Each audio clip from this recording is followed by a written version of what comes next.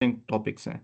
अच्छा, जो पहले वाले मेरी 4 क्लासेस है ना, वो यूजुअली मेरे हर बैच के अंदर ये होता है कि वो थोड़ा स्पीडी इसलिए होता है कि वो इंट्रोडक्शन होता है, और इंट्रोडक्शन में आपको पता होता है कि हम बहुत सारी चीज़ों को गो थ्रू कर रहे होते हैं वहाँ। ना तो उतने ही टॉपिक्स हमारे प्लानर के अंदर मेंशन होते हैं, और ना ही हम थोड़ा स्लोली उन चीज़ों को कवर कर सकते हैं, क्योंकि इंट्रोडक्शन लेवल होता है और हमें बहुत सारी चीज़ों का एक ओवरव्यू देना होता है। तो एक थोड़ा सा मेरा है, 3-4 क्लासेस पहले ऐसी गुजरती हैं। उसके बाद अब जब टॉपिक टू टॉपिक आ जाएंगे, जैसे कि आज हमारी टॉपिक टू टॉपिक है, 3 टॉपिक्स आज हमने कवर करने, तो हम थोड़ा सा स्लोली लेके चलेंगे। हमें पता है कि हमारे पास टाइम, काफ़ी टाइम है, इनफ टाइम है, तो उसमें हम इंशाल्लाह कवर अप कर लेंगे। तो मैं आप स्क्रीन शेयर कर लेता हूँ। आप मुझे कंफर्म कर दीजिएगा अगर आपको मेरी स्क्रीन नज़र आ रही है तो बताइएगा। जी आ रही है। ओके, थैंक जी यू। सर आ रही है। ओके, ये एक्सेल फाइल भी नज़र आ रही होगी। जी जी। ये ये ओके, आ रही है सर, आ रही है। गुड। अच्छा, ये जी प्लानर है आज का। आज हम कवर अप करने जा रहे हैं सिर्फ 3 topics: protection of sheet, cells and workbook. ये 3 मुख्तलिफ चीज़ें हैं, इसको हम सीखने की कोशिश करेंगे। फिर दूसरा टॉपिक है एक्सेल टेबल के फीचर्स क्या हैं और एक्सेल टेबल होता क्या है। यूजुअली प्रोफेशनल हजरात को, जो यूजुअली प्रैक्टिकली इसको एक्सेल को यूज़ कर रहे होते हैं, उनको ज़्यादा इस चीज़ का अंदाज़ा नहीं होता। हम इसको थोड़ा सा डीपली इसको गो थ्रू करेंगे। और स्पार्क लाइंस फीचर्स क्या होते हैं, ये भी एक बड़ा अच्छा फीचर है। तो हम इन 3 चीज़ों को गो थ्रू करेंगे आज, और इसके हवाले से इंशाल्लाह हम कवर करते हैं। ये हमारी एक्सेल फाइल है ऑलरेडी, आपके पास डेटाबेस शेयर हुई हुई हुई है ग्रुप के अंदर। इसमें मैंने कुछ 3-4 आज के हवाले से मैंने कुछ शीट्स ऐड कर दी हैं। तो we start with the first function, protection. Protection क्या होती है? सो प्रोटेक्शन का मतलब एक्सेल के अंदर या माइक्रोसॉफ्ट ऑफिस के प्रोग्राम के अंदर, प्रोटेक्शन का मतलब होता है कि आप किसी फाइल को प्रोटेक्ट कर दें विद पासवर्ड। जब आप पावर पॉइंट को पासवर्ड के थ्रू प्रोटेक्ट करते हैं, तो दैट इज़ वेरी सिंपल कि आपने एक पासवर्ड लगाया और आपने उसके फाइल को ओपन किया, पावर पॉइंट प्रेजेंटेशन को, और आपने इसके ऊपर काम शुरू कर दिया, या आपने इसको गो थ्रू करना है कर लेंगे। अब वर्ड भी बहुत इजी है, उसमें भी आपने अगर किसी को फाइल भेजी, आप उसको पासवर्ड लगा दें और बाद में उसको पासवर्ड के थ्रू खोलें और उसके अंदर काम करें। लेकिन excel is little bit different. इसके अंदर प्रोटेक्शन की डिफरेंट लेयर्स हैं। वो लेयर्स क्या है और किस किस लेवल पे प्रोटेक्शन लगती है, हम उसको थोड़ा सा एक्सप्लोर करेंगे। So the first thing is, सबसे पहले मैं आपको एक ओवरव्यू दे दूं, प्रोटेक्शन कहाँ कहाँ पर अवेलेबल है, प्रोटेक्शन के फंक्शंस कहाँ कहाँ पे अवेलेबल हैं। सबसे पहला, फाइल पे आप जाइए। जब फाइल मेन्यू पे आप क्लिक करते हैं तो इन्फो का एक ऑप्शन यहाँ पे होता है। यहाँ पर फाइल मेन्यू के अंदर इन्फो, मैं इसको क्लिक करूँगा तो अब आप देखिए आपके पास यहाँ पर एक टैब नज़र आ रहा है, प्रोटेक्ट वर्क बुक। ये पहला ऑप्शन है। यहाँ जब मैं इसके ऊपर क्लिक करूंगा तो अब आपको यहाँ पर मुख्तलिफ ऑप्शंस नज़र आ रहे हैं। एक है इनक्रिप्ट विद पासवर्ड, ये एक मुख्तलिफ चीज़ है। ये प्रोटेक्ट करंट शीट है, ये एक मुख्तलिफ चीज़ है। प्रोटेक्ट वर्कबुक स्ट्रक्चर है, ये एक मुख्तलिफ चीज़ है। तो हम इन सबको वन बाय वन एक्सप्लोर करने की कोशिश करते हैं। जब हम बात करते हैं इनक्रिप्ट विद पासवर्ड, तो इसका मतलब ये है कि आप इस फाइल के ऊपर पासवर्ड लगा रहे हैं। जब आप फाइल किसी को भेजेंगे तो इसके ऊपर पासवर्ड लगाएंगे तो ही आपकी एक्सेल फाइल देख सकते हैं। तो जब आपने ऐसी एक कंप्लीट फाइल के ऊपर पासवर्ड लगाना हो तो आप इसके ऊपर क्लिक करते हैं। सॉरी, मैं थोड़ा सा एक ओवरव्यू देकर फिर वापस इस फंक्शन पे आता हूँ। हम इसको यहाँ से स्टार्ट करते हैं। मैं पहले एक ओवरव्यू आपको दे दूँ प्रोटेक्ट का। ये 3 फंक्शन यहाँ पर अवेलेबल हैं फाइल मेन्यू के अंदर। इन्फो टैब है, इसके ऊपर आप क्लिक करते हैं और ये प्रोटेक्ट वर्कबुक है। यहाँ पे 3 फंक्शंस अवेलेबल, हम इसके ऊपर प्रैक्टिकली बाद में आते हैं। दूसरा फंक्शन प्रोटेक्शन का होता है, यहाँ पर आप रिव्यू में आते हैं, रिव्यू के ऊपर क्लिक करते हैं तो प्रोटेक्ट शीट, प्रोटेक्ट वर्कबुक, ये एक दूसरी जगह है उसके फंक्शंस के। आप यहाँ से भी अप्लाई कर सकते हैं। तीसरा फंक्शन होता है जब आप किसी भी सेल के ऊपर आप पासवर्ड लगाना चाह रहे हैं या इसको प्रोटेक्ट करना चाह रहे हैं, तो उसका एक ऑप्शन है आप किसी भी एरिया को सिलेक्ट कर लें। मिसाल के तौर पे ये जी कॉलम का मैंने एरिया सिलेक्ट किया, मैं मिसाल दे रहा हूँ। आपने इस एरिया के ऊपर आपने कुछ प्रोटेक्शन लगानी है, आपने इसको कवर अप करना है। तो आप यहाँ पर राइट क्लिक करते हैं, तो इसका मैं शॉर्टकट भी आपको बता देता हूँ। फॉर्मेट सेल का एक ऑप्शन है, आप इसके ऊपर क्लिक कर लेते हैं। मैं इसका शॉर्टकट आपको बता देता हूँ। इसका शॉर्टकट होता है Ctrl+1। अगर आपने किसी एरिया को सिलेक्ट किया है और आप उसकी फॉर्मेटिंग के हवाले से उसके ऊपर क्लिक करना चाह रहे हैं, तो एरिया को सिलेक्ट कर लेने के बाद आप Ctrl+1 प्रेस करेंगे, तो आपके पास ये एक टैब खुल जाएगा। अब ये वही टैब है जो आपको याद होगा, जब हम नंबर्स की फॉर्मेटिंग करते हैं, तो ये हमने लास्ट सेकंड क्लास के अंदर, सेकंड या थर्ड क्लास के अंदर नंबर्स की फॉर्मेटिंग के हवाले से हमने कुछ सीखा था। इसी विंडो के अंदर आपके पास एक आखिरी ऑप्शन आता है प्रोटेक्शन का। तो ये प्रोटेक्शन है, इसमें आप लॉक कर सकते हैं, हिडन कर सकते हैं चीज़ों को। ये एक तीसरा इसका है, तीसरी जगह है प्रोटेक्शन के हवाले से ये सिस्टम ये अप्लाई करने के लिए। चौथा ऑप्शन है प्रोटेक्शन के हवाले से, आप एरिया को सिलेक्ट कर लेते हैं या किसी शीट को आपने प्रोटेक्ट करना है, तो आप फॉर्मेट में आएंगे होम मेन्यू के अंदर। आप देख सकते हैं होम मेन्यू के अंदर सेल कैटेगरी है और इसके ऊपर एक फॉर्मेट का एक ऑप्शन है, आप इसको क्लिक कर लेते हैं, तो आपके पास यहाँ पर एक ऑप्शन आ जाता है प्रोटेक्ट शीट। ठीक है, तो मैंने आपको चार जगह बताई हैं। प्रोटेक्ट का फंक्शन चार मुख्तलिफ जगहों से आप अप्लाई कर सकते हैं, लेकिन कहीं पर सारे ऑप्शंस अवेलेबल हैं, कहीं पर पार्शली अवेलेबल हैं। जैसे प्रोटेक्ट शीट है, ये हर जगह अवेलेबल है। लॉक सेल हर जगह अवेलेबल नहीं है। जब आप फॉर्मेटिंग के कॉन्टेक्स्ट में Ctrl+1 करते हैं, तो यहाँ पे सिर्फ आपको लॉक्ड की चीज़ें नज़र आ रही हैं। तो ये सारी इंटरलिंक्ड हैं, कहीं ना कहीं हम इन चीज़ों को मिला के चल रहे होते हैं। सो हम इसको एक्सप्लोर करेंगे कि ये सारी प्रोटेक्शन कैसे आप अप्लाई कर सकते हैं। तो we start with the very basic function.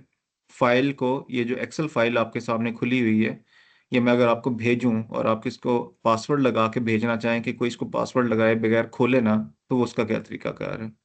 Simply यहाँ पे आइए फाइल के ऊपर, info, step number 1, protect workbook, इसके ऊपर क्लिक कीजिए और ये इनक्रिप्ट विद पासवर्ड। ठीक है, इसकी अगर आप नीचे आप डिस्क्रिप्शन पढ़ें तो लिखा भी हुआ required a password to open this workbook. ठीक है, तो आप इसके ऊपर क्लिक कर लें। सिंपली आप यहाँ पर पासवर्ड दे दीजिए 123, यूनिवर्सल पासवर्ड है। ओके, अगेन दोबारा से पासवर्ड देंगे, री एंटर पासवर्ड 123, और अब ये फाइल लॉक हो गई। ठीक है, और यहाँ पे इसका कलर भी चेंज हो गया है। इसका मतलब ये है कि जब मैं ये फाइल आपके साथ शेयर करूंगा, तो आपको इसका ये पासवर्ड देना होगा इस फाइल को एक्सेस करने के लिए। अगेन मैं अगर इसको रिमूव करना चाहूँ, मैं चाहता हूँ कि मैं इस फाइल को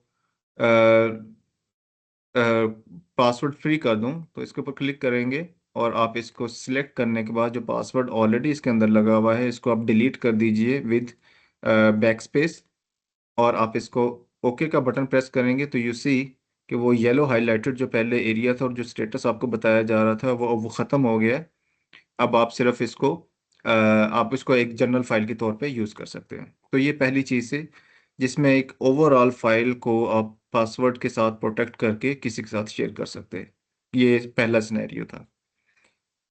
अच्छा, दूसरा सिनेरियो है, मैं वापस आता हूँ। वैसे तो मैंने आपको चार तरीके बता दी शीट के हवाले से, ठीक है ना। तो मैं इस पर एक एक तरीके से एक्सेस करता हूँ। मिसाल के तौर पे मैं एक वर्क बुक को मैं प्रोटेक्ट करना चाह रहा हूँ। अब जो मैं वर्क बुक अभी जो मैं एक्सप्लेन करना चाहूँ, ये थोड़ा सा मुख्तलिफ है। जब मैं प्रोटेक्ट वर्क बुक की बात करता हूँ और जो यहाँ पर ऑप्शन अवेलेबल है, तो इसका मतलब ये है, जैसे मैं अभी आपके सामने इसको मैं 123 लगा के पासवर्ड लगा के इसको मैं प्रोटेक्ट कर लूंगा, और यहाँ पर आपको नजर आ रहा है कि दो ऑप्शन है, एक स्ट्रक्चर का है, एक विंडो का है। ठीक है, तो बाय डिफॉल्ट स्ट्रक्चर का ही अवेलेबल है। तो मैं 123 इसके ऊपर मैं क्लिक कर लेता हूँ, ये मेरा पासवर्ड है। अब हम सेकंड सिनेरियो के ऊपर हैं, 123। अब हम इस वर्क बुक के स्ट्रक्चर को मैं लॉक करना जा रहा हूँ, लॉक करने जा रहा हूँ। ठीक है, तो प्रेस ओके। आप देखिए कि आपके पास यहाँ पर सारे फंक्शंस अवेलेबल है।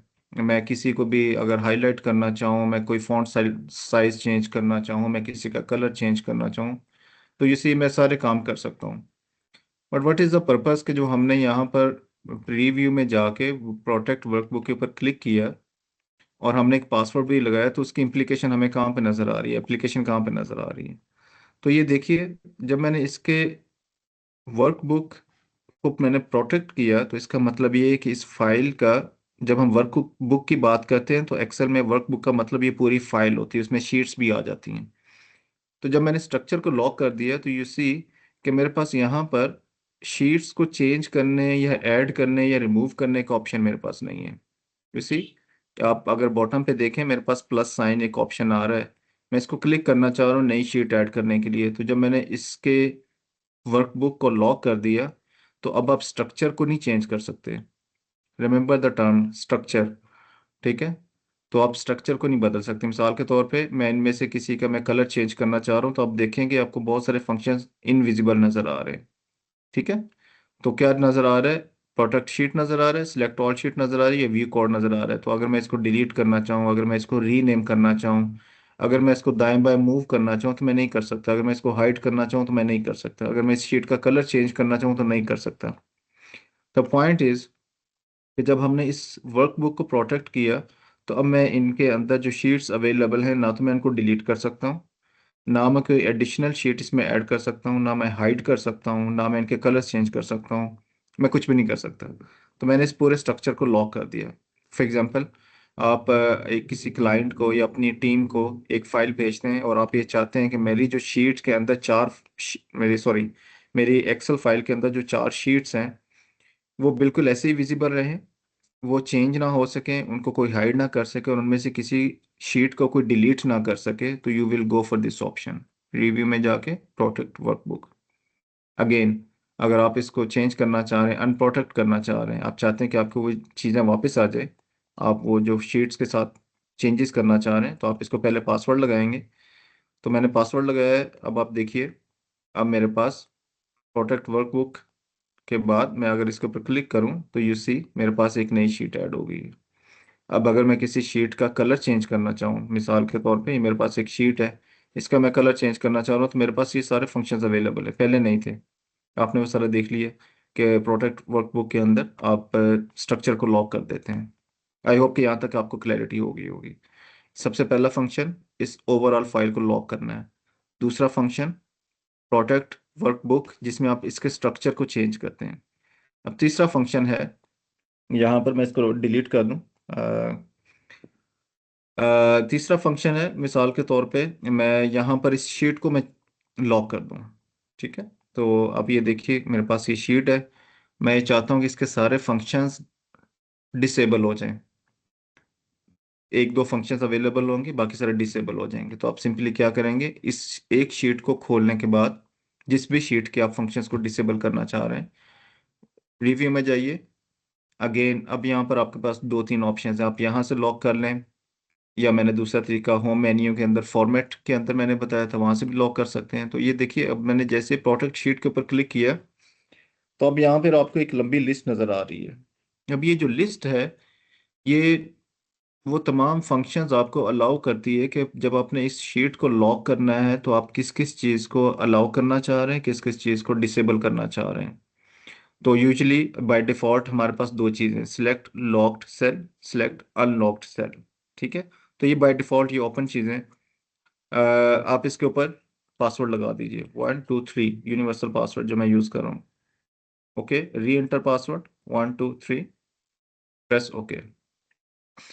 आपने देखा होगा कि जैसे ही मैं होम मेन्यू के ऊपर आऊँगा तो ये सारे फंक्शंस मेजॉरिटी जो हमारे इन सेल्स के हवाले से हैं वो सारे इनविजिबल हो गए। ना तो मैं इनकी कोई अलाइनमेंट कर सकता हूँ, ना मैं किसी को बोल्ड कर सकता हूँ। ज़्यादा से ज़्यादा मेरे पास ये दो फंक्शंस हैं, या तो मैं इनका फ़ॉन्ट चेंज कर सकता हूँ या मैं इसका साइज चेंज कर सकता हूँ फ़ॉन्ट का। बाकी सारे ही देखिए, style, numbers, alignment, merging, unmerging, wrapping, सब कुछ इनविजिबल हो गया मेजोरिटी, ठीक है।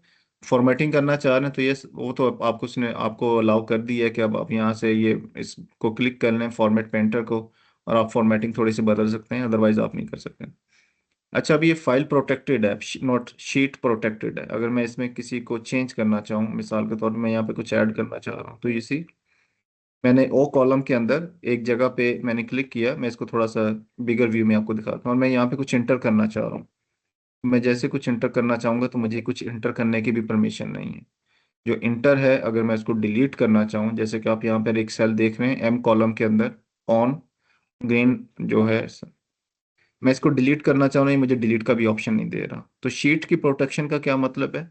अगर आपने ऐसा कोई काम किया है जो आप चाहते हैं कि वो अनचेंजेबल हो, जब आप किसी को फाइल भेज रहे हैं, किसी क्लाइंट को, किसी स्टेक होल्डर को, अपने सबऑर्डिनेट्स को, तो आप चाहते हैं कि इसमें से कुछ भी चेंज ना हो सके, तो आप शीट को प्रोटेक्ट कर देते, शीट को प्रोटेक्ट कर देते हैं, जैसे मैंने आपके सामने यहाँ पर किया।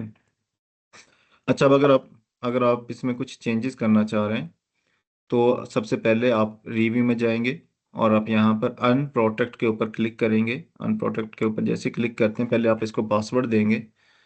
तो जैसे मैं इसका पासवर्ड दूंगा, you will notice, press okay. अब आप होम मेन्यू में आइए तो यू सी कि आपके पास ये सारे फंक्शंस विजिबल हैं। आप कोई भी फंक्शन दोबारा से यूज़ कर सकते हैं। सो अगेन, अगर मैं किसी भी चीज़ को मैं डिलीट करना चाहूँ, पहले मुझे वो डिलीट करने का भी ऑप्शन नहीं दे रहा था, तो मैं इसको, ये ग्रीन हाईलाइटेड सेल को एम कॉलम के अंदर मैं डिलीट करना चाह रहा हूँ, I can simply delete it. अगर मैं किसी को कुछ नया इंटर करना चाह रहा हूँ, तो मैं पहले इंटर भी नहीं कर पा रहा था, मैंने एक नया नंबर यहाँ पर इंटर कर दिया वो कॉलम के अंदर। तो आप देख सकते हैं कि मैं इसमें सारे फंक्शंस परफॉर्म कर सकता हूँ। अच्छा, ये था third scenario. Let me repeat it. पहला सिनेरियो था हमने इस पूरी फाइल को प्रोटेक्ट किया विद पासवर्ड। दूसरा सिनेरियो था हमने वर्कबुक को प्रोटेक्ट किया फ्रॉम रिव्यू मेन्यू, इस वर्कबुक जिसमें हमने स्ट्रक्चर्स को लॉक कर दिया। आप किसी शीट को डिलीट नहीं कर सकते, ऐड नहीं कर सकते, कलर नहीं चेंज कर सकते। तीसरा सिनेरियो था प्रोटेक्ट शीट। ये जिस शीट के ऊपर आप काम कर रहे हैं, ये उस शीट को लॉक कर देगा, जो हमने अभी परफॉर्म किया थर्ड नंबर पे। फोर्थ नंबर पे प्रोटेक्शन के हवाले से कुछ सेल्स आ जाते हैं, जो कि मैंने एक यहाँ पर एक शीट बनाई हुई सेल्स के हवाले से। ठीक है। अब सेल्स से लॉक करने का मतलब ये कि आप सब लोग प्रोफेशनल्स हैं। आपने कहीं ना कहीं इसको ये ज़रूर देखा होगा, ये विटनेस किया होगा, एक्सपीरियंस किया होगा कि आपके पास एक फाइल आती है, आप उसमें कुछ चीज़ों को चेंज कर पा रहे हैं, कुछ चीज़ों को चेंज नहीं कर पा रहे। तो वो कुछ चीज़ें लॉक होती हैं। मिसाल के तौर पे, आप एक सेल्स की रिपोर्ट जनरेट कर रहे हैं, या आप अपनी टीम को एक फॉर्मेट बना के भेजते हैं कि अपने अपनी सेल्स के नंबर्स इसमें डालें, और आप उसमें टोटल को लॉक कर देते हैं, जैसे कि मेरे पास यहाँ पर ये मैंने आपको ग्रीन हाईलाइट करके दिखाया है। अब आपकी जो फील्ड टीम है या आपके जो सब ऑर्डिनेट्स हैं, वो इन नंबर्स को चेंज करने का ऑप्शन रखते हैं, और बाकी अदरवाइज वो इन सेल्स को चेंज करने का ऑप्शन नहीं रखते, जिसके ऊपर सम का फॉर्मूला लगा हुआ है। तो इसका रिजल्ट क्या होता है यूजुअली, जब आपके पास वो फाइल वापस आती है, तो you can clearly see that कि किस महीने के अंदर क्या परफॉर्मेंस रही, क्योंकि आपने इन स्पेसिफिक सेल्स को लॉक किया हुआ था। ये एरिया खुला छोड़ा हुआ था जिसमें आपकी टीम डाटा एंट्री कर सकती है, और वो जो इंटर करेंगे तो वही नंबर होगा, और उसी के बेस के ऊपर आप उनकी परफॉर्मेंस चेक कर सकते हैं। और बाकी ये सेल भी आपने लॉक कर दी और ये सेल भी लॉक कर दिए, तो इसको आप चेंज नहीं कर सकते। मिसाल के तौर पे, अगर आपकी टीम में से कोई इस मंथ को चेंज करना चाहे और वो इसको मार्च के बजाय अप्रैल कर दे, मिसाल के तौर पे, तो आप ये चाहेंगे कि वो महीने को भी ना चेंज कर सके। तो इसको हम अप्लाई कर सकते हैं। मैं अभी परफॉर्म करके दिखाता हूँ। लेट मी टेल यू कि पहले मैं इसको चेंज कर दूं, कंट्रोल Z। जब आपने किसी फंक्शन को रिवर्स करना हो, जो आपने कमांड, जब आपने कुछ परफॉर्म कर लिया, तो रिवर्स करने के लिए कंट्रोल+Z का एक ऑप्शन होता है। जिन लोगों के इल्म नहीं है उनको मैं बता दूं, कंट्रोल Z प्रेस करते हैं तो आपको पहले वाली चीज़ वापस आ जाती है। अच्छा, ये यूजली कहाँ पे अप्लाई होता है? जब आप आपने देखा होगा, अगर आप UN सेक्टर के साथ, वर्ल्ड बैंक के साथ, इस तरह के इदारों के साथ आप काम करते हैं, तो यूजुअली जो उनकी तरफ से आपके साथ डॉक्यूमेंट्स या रिपोर्ट्स शेयर किए जाते हैं, या फॉर्मेट्स शेयर किए जाते हैं for regarding your recruitment process, या regarding your invoice, specially invoice के हवाले से मैं बता रहा हूँ।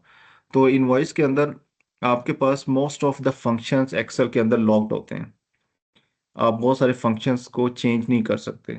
उन्होंने आपके लिए सिर्फ वही जगह छोड़ी होती है जो उनके मुताबिक आपसे रेलिवेंट है, ताकि आप उस शीट को चेंज ना कर सकें, और आप अपने से रेलिवेंट दो चार नंबर्स इंटर करें और आपके वो इनवॉइस वगैरह जनरेट हो जाए। Usually it happens with UN sector, लेकिन मे बी बैंकिंग सेक्टर में भी ऐसा हो, INGO सेक्टर्स में भी ऐसा हो, लेकिन ये मैंने पर्सनली एक्सपीरियंस किया, तो मैं आपको UN सेक्टर की मैं बात बता रहा हूँ कि उनके जैसे जितने भी डॉक्यूमेंट्स होते हैं मोस्टली लॉक्ड होते हैं, प्रोटेक्टेड होते हैं। तो आप उसमें सिर्फ एक स्पेसिफिक सेल के अंदर या दो चार स्पेसिफिक सेल्स के अंदर अपनी इंफॉर्मेशन दे सकते हैं, बाकी सब लॉक होता है। अच्छा, अब इसको लॉक कैसे करना है इसको सीख लेते हैं। इस शीट का नाम है, टाइटल अगर आप बॉटम पे देखें, प्रोटेक्शन ऑफ सेल्स। ये फोर्थ सिनेरियो है। इसमें आप क्या करेंगे, इस चीज़ को लॉक करने के लिए मैं चाहता हूँ कि मैं महीनों को लॉक कर दूं और मैं इसके टोटल को लॉक कर दूं, ताकि टोटल को कोई ना छेड़ सके और महीने का नाम कोई ना बदल सके। नाम जो टीम के नाम है वो तो मेंशन है, अली, अब्दुल्ला, जैद, ABC, कोई भी पर्सन हो सकता है। तो इसका प्रोसेस क्या है? स्टेप नंबर 1, आप इस बॉटम के ऊपर क्लिक करेंगे, you can see my cursor. जहां पर ये आपको एक डायगोनल कॉर्नर नजर आता है तो ये बिगनिंग ऑफ द शीट होता है। इसके ऊपर जब आप क्लिक करते हैं तो पूरी की पूरी शीट आपकी वो सिलेक्ट हो जाएगी, पूरी शीट सिलेक्ट हो जाएगी। ठीक है। अब आप जब कंट्रोल 1 प्रेस करेंगे, ये स्टेप नंबर 1 है, कंट्रोल 1 प्रेस करेंगे तो आपके पास ये एक टैब खुल जाता है, फॉर्मेट सेल, जो मैंने थोड़ी देर पहले आपको एक्सप्लेन किया। इसमें बाय डिफॉल्ट आपके पास चीज़ खुलती है नंबर्स। क्योंकि मैं इसको पहले प्रैक्टिस कर चुका हूं तो इसलिए इसने मुझे डायरेक्टली प्रोटेक्शन का सेल ओपन करके दिया, टैब। अदरवाइज आपके सामने कंट्रोल 1 प्रेस करने पर खुलता है नंबर्स। ठीक है। तो आपने इसमें आखिरी टैब के ऊपर क्लिक करना है, प्रोटेक्शन। तो एक चीज़ ध्यान भी रखिएगा, बाय डिफ़ॉल्ट एक्सेल के जो सेटिंग्स हैं उसके मुताबिक एक्सेल ऑलरेडी लॉक होती है। ठीक है। तो सबसे पहले हम इसको लॉक फ्री करेंगे। तो आप देखेंगे कि यहाँ पर ऑलरेडी ब्लू टिक हुआ हुआ है, इसको हम अनचेक करेंगे। मैंने इसको लॉक फ्री कर दिया। अब जब मैं इसको लॉक फ्री कर दूंगा तो मैं प्रेस ओके प्रेस कर रहा हूँ, तो अब ये फाइल जो है बिल्कुल ये फ्री है, बिल्कुल अनलॉक्ड फाइल है। ठीक है। स्टेप नंबर 2, आप जाएंगे यहाँ पर रिव्यू में और प्रोटेक्ट शीट के ऊपर क्लिक करेंगे। ठीक है। प्रोटेक्ट शीट के ऊपर क्लिक करेंगे तो आप इसको वन पासवर्ड दे दीजिए, 123। ठीक है, 123 पासवर्ड दे दिए। अब अगर मैं यहाँ पर कुछ चेंज करना चाहूँ तो, या मैं कुछ इंटर करना चाहूँ तो मैं पूरी शीट में कुछ भी इंटर नहीं कर सकता। ठीक है ना। सबसे पहले हमने इसको पहले ऑप्शन के थ्रू इसको अनलॉक किया पूरी शीट को, by clicking on the specific place. दूसरे नंबर पे हमने इसको शीट के ऊपर जाके पासवर्ड लगा दिया। अब मैं कहीं पे भी कुछ नहीं एंटर कर सकता। ठीक है। अगर मैं कुछ एंटर करना चाहूँ, इस ये तो यस ऑलरेडी।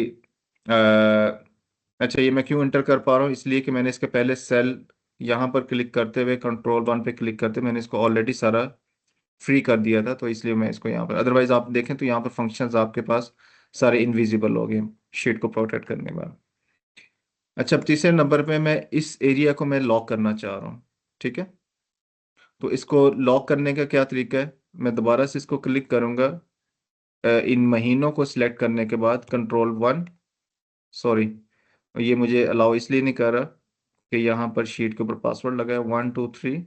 मैं इसको अनप्रोटेक्ट कर दूं। अब मैं इसको सिलेक्ट कर रहा हूँ सिर्फ 3 सेल्स को, महीनों को, कंट्रोल 1, और मैं इसको लॉक कर दूंगा।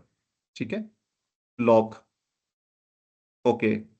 इसी तरह अब मैं यहाँ पर नीचे वाले जो सम वाला जो एरिया है इसको मैं सिलेक्ट करूंगा, कंट्रोल 1 जो कि शॉर्टकट है, और मैं इसको भी लॉक कर दूंगा। ठीक है। तो अब आप देखिए,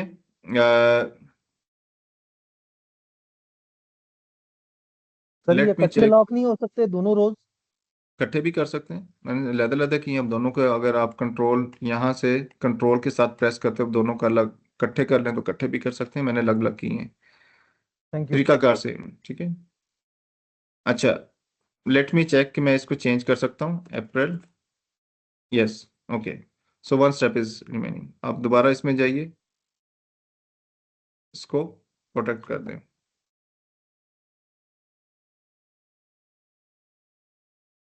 सो can I change this 83? Yes. Can I change this 170? Clear. Can I change March? मैं इसके ऊपर क्लिक करके इसको अप्रैल या मई में शिफ्ट करना चाह रहा हूँ, मुझे अलाउ नहीं ओ, कर रहा। ठीक है। लेकिन मैंने इन 9 सेल्स को मैंने फ्री छोड़ दिया, और इन 3 सेल्स को ऊपर जो कि महीनों के नाम थे, और इन 3 जिसके ऊपर सम का फॉर्मूला लगा था मैंने इसको लॉक कर दिया। ठीक है। तो अब आप अगर आप इनमें से किसी भी नंबर्स को चेंज करना चाह रहे हैं, being a sales team representative, आप अपनी परफॉर्मेंस बताना चाह रहे हैं कि आपने जनवरी के अंदर 79 की बजाय आपने 63 सेल्स फॉर एग्जांपल की, तो आपका टोटल आ जाएगा। अगर आप इसमें कुछ गड़बड़ करना चाह रहे हैं तो आप इन नंबर्स को तो आप चेंज कर सकते हैं अपनी परफॉर्मेंस की बेस के ऊपर, लेकिन आप इसमें कोई गड़बड़ नहीं कर सकते, टोटल को चेंज नहीं कर सकते। इसी तरह आप महीने के नाम को भी चेंज नहीं कर सकते। तो यह है ऑप्शन कि अगर आपके पास एक बड़ा टेबल है, आप उसमें मल्टी लेयर्स में चीज़ों को लॉक करना चाह रहे हैं, आप चाहते हैं कि महीनों के नाम भी ना बदले जाएं, आप चाहते हैं कि टीम के नाम भी कोई बदल ना सके, आप ये भी चाहते हैं कि सेगमेंट्स हैं डिफरेंट सेल्स के, आप सेगमेंट्स को लॉक कर दें कि कोई सेगमेंट को चेंज ना कर सके, इलेक्ट्रॉनिक के बजाय वो मेडिसन्स को चेंज ना कर सके, तो जो भी सेल्स के डिफरेंट सेगमेंट्स हो सकते हैं। तो you can apply these settings on different layers according to your desire, according to your requirement. तो आई होप कि आपको ये सारा प्रोसेस समझ में आ गया होगा। मैंने 4 स्टेप्स इसमें फॉलो किए। Let me repeat it. Step number 1, अब ये लॉक्ड है, ठीक है। स्टेप नंबर 1 अगर आपको याद हो तो हमने इस पूरे को सिलेक्ट किया, और इसके बाद सिलेक्ट करने के बाद मैंने यहाँ पर कंट्रोल 1 प्रेस किया, जो कि अभी शायद नहीं होगा क्योंकि शायद ये लॉक्ड है इस टाइम। अगर मैं इसमें रिव्यू में जाऊं तो अनप्रोटेक्टेड शीट, इस टाइम ये लॉक है इसलिए वो नहीं हो रहा, लेकिन मैं आपको एक्सप्लेन करूं। Let me do it. ठीक है। Step number 1, if you remember, तो मैंने कंट्रोल 1 किया, तो मैंने यहाँ पर जाके इसको, जो कि बाय डिफ़ॉल्ट लॉक होती है फाइल, इसको हमने 2 दफ़ा क्लिक किया और इसको हमने फ्री कर दिया। ये पहला स्टेप है। अब इसके ऊपर इन एक्सेल की जो बाय डिफ़ॉल्ट सेटिंग्स होती हैं वो अप्लाई नहीं हो रही, ठीक है। मैंने इसको ओके किया। दूसरे नंबर पे मैंने शीट को मैंने प्रोटेक्ट किया। स्टेप नंबर 2, मैंने यहाँ पर पासवर्ड दिया, इफ़ यू रिमेंबर, तो 2 दफ़ा मैंने पासवर्ड दे दिया। अब ये शीट प्रोटेक्ट हो गई। अब उसके बाद अगर मैं इसको मैं सिलेक्ट करना चाह रहा हूँ, इस सारे एरिया को जिसको मैं लॉक करना चाह रहा हूँ, तो मैंने अगेन रिव्यू में जाके इसको अनप्रोटेक्ट करने के बाद सिर्फ इस एरिया को मैंने लॉक करना है। तो वो मैंने उसको लॉक करने का क्या तरीका किया, कंट्रोल 1। और अगेन आप वाली बात कि अगर आप दोनों को, ये तीनों को साइमल्टेनियसली लॉक करना चाह रहे हैं, तो मैंने कंट्रोल का बटन प्रेस करके बॉटम को भी मैंने सेलेक्ट कर लिया, मतलब सम्स को भी, जो टोटल वाले रो है इसको भी मैंने सेलेक्ट कर लिया। तो you can apply one by one, side by side, और या आप साइमल्टेनियसली कंट्रोल का बटन प्रेस करते हुए 2 3 4 जितनी भी सिलेक्शंस आप करना चाह रहे हैं आप कर लीजिए। कंट्रोल 1 और उसके बाद आप लॉक के ऊपर क्लिक करेंगे। तो जब मैंने इसको लॉक कर लिया, उसके बाद अगेन, अब मैं अगर इसकी सेटिंग्स को रीचेक करना चाहूँ तो again I have to go back, और मुझे इसको पहले प्रोटेक्ट करना है ताकि मेरी वो जो सेटिंग्स हैं वो इस चीज़ के ऊपर अप्लाई हो जाएं। तो ये इसके डिफरेंट स्टेप्स हैं। ये let me do it again, protect sheet 1 2 3 and 1 2 3। और अब आप देखिए कि मैं इनमें से किसी को चेंज कर सकता हूँ, ठीक है। लेकिन अगर मैं बॉटम पे चेंज करना चाहूँ, तो मैं जैसे ही कोई नंबर प्रेस करूँगा बॉटम वाले स्लेट को जहाँ पे सम के फॉर्मूले लगे हुए हैं, तो वो मुझे अलाउ ही नहीं कर रहा।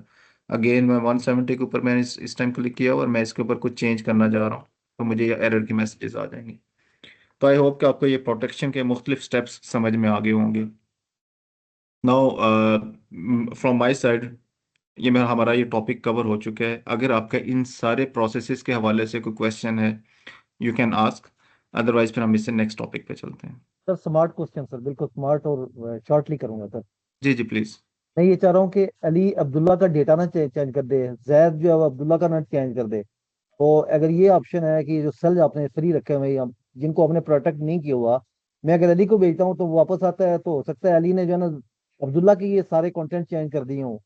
तो मैं अगर ये सारे अब्दुल्ला का भी डेटा लॉक कर देता हूँ, जैद का भी लॉक कर देता हूँ, और अली को शीट भेजता हूँ, तो अली इस काबिल होगा, he will be you know responsible to change his own data. तो ये मेरे लिए कैसे पॉसिबल होगा कि मैं सबका डेटा लॉक करके सिर्फ अली को भेज दूँ, जबकि अगर मैंने 1000 इम्प्लाइज को डेटा भेजना है, तो मैं इसको कैसे लॉक करूंगा कि बाकी इम्प्लाइज एक दूसरे का डेटा ना चेंज करें।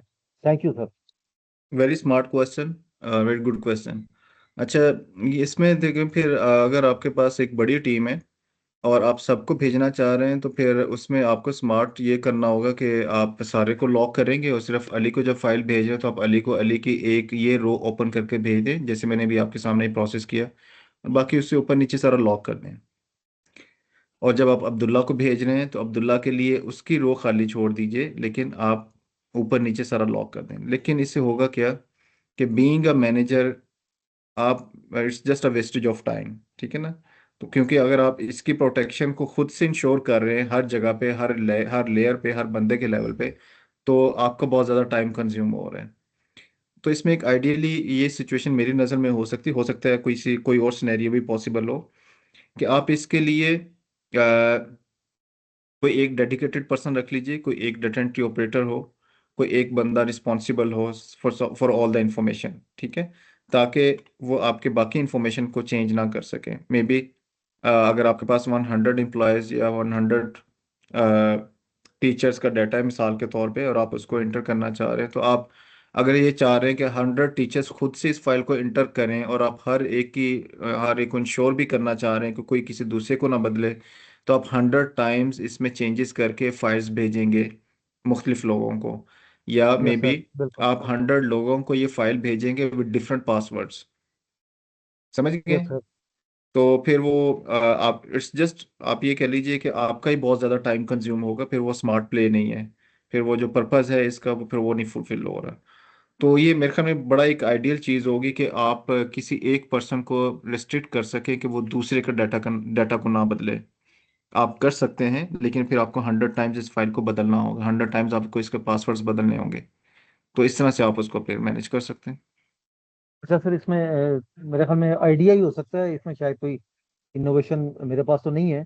मैं ये कह रहा हूँ कि ये शीट सबके पास जाए, लेकिन इस पे कोई प्रोग्रामिंग का कोई ऐसा कोई प्रॉक्सी लगी हो कि अली जब क्लिक करे तो सिर्फ अली अपना डेटा चेंज कर पाए, और बाकी अब्दुल्ला के पास जब ये शीट जाए तो सिर्फ अब्दुल्ला अपना डेटा मे बी चेंज कर सके। इस मे तरह का बी कोई लिंक मैक्रोज अगर। हो सकता है इसमें हो, लेकिन मेरे इल्म में नहीं। लेकिन इसमें हम अ, अभी नेक्स्ट क्लास के अंदर हम एक ऑप्शन इसमें पढ़ेंगे, वैलिडेशन। तो वैलिडेशन के अंदर हम सेल्स को रिस्ट्रिक्ट जरूर कर सकते हैं कि आप वो हम नेक्स्ट क्लास में देखेंगे कि वैलिडेशन का एक प्रोसेस होता है कि आप चीज़ों को लॉक कर देते हैं।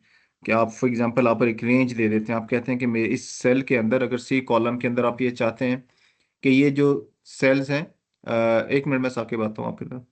अगर आप ये चाहते हैं कि ये 80 से 100 के दरमियान रहें, तो वो वैलिडेशन का एक प्रोसेस होता है, उसको नेक्स्ट क्लास में सीखेंगे। लेकिन इस तरह से जो आप पर्सन बाय पर्सन रिस्ट्रिक्शंस आप करना चाह रहे हैं, मेरे ख्याल में इसका कोई सोल्यूशन नहीं है। वो फिर डुप्लीकेशन ऑफ एफर्ट है। जी साकिब, आप कुछ कहना चाह रहे हैं मेरे ख्याल में। खालिद साहब क्यू में हैं, पहले उनका ले लें या मैं बोल जी जी देता हूँ? जी जी, मैंने उनको नोटिस नहीं किया। जी। खालिद साहब कुछ कहना चाह रहे हैं, खालिद साहब पहले प्लीज़ आप बता दीजिए। Thank you sir. मेरा क्वेश्चन था कि ये जो सेम फंक्शन है प्रोटेक्शन के, ये ऑनलाइन जो गूगल शीट है उसमें भी इसी तरह अप्लाई होते हैं? मैंने कभी चेक नहीं किया, हो सकता है होते हो, बट लेट मी चेक। मैंने कभी अप्लाई नहीं किया उसके ऊपर, हो सकता है ठीक उसमें है ही सर। फंक्शन अवेलेबल हो। और दूसरा सर, ये पूछना था कि क्या काफी सारी जो वर्कशीट्स हैं उनको हम इकट्ठा प्रोटेक्ट कर सकते हैं, कमांड लगा सकते हैं ये वाली? जी, जब हम देखें बात कर रहे हैं ना इस शीट की, जब हम इस फंक्शन के ऊपर आते हैं ना रिव्यू, तो आप देखिए ये प्रोटेक्ट शीट है, इंडिविजुअल शीट है।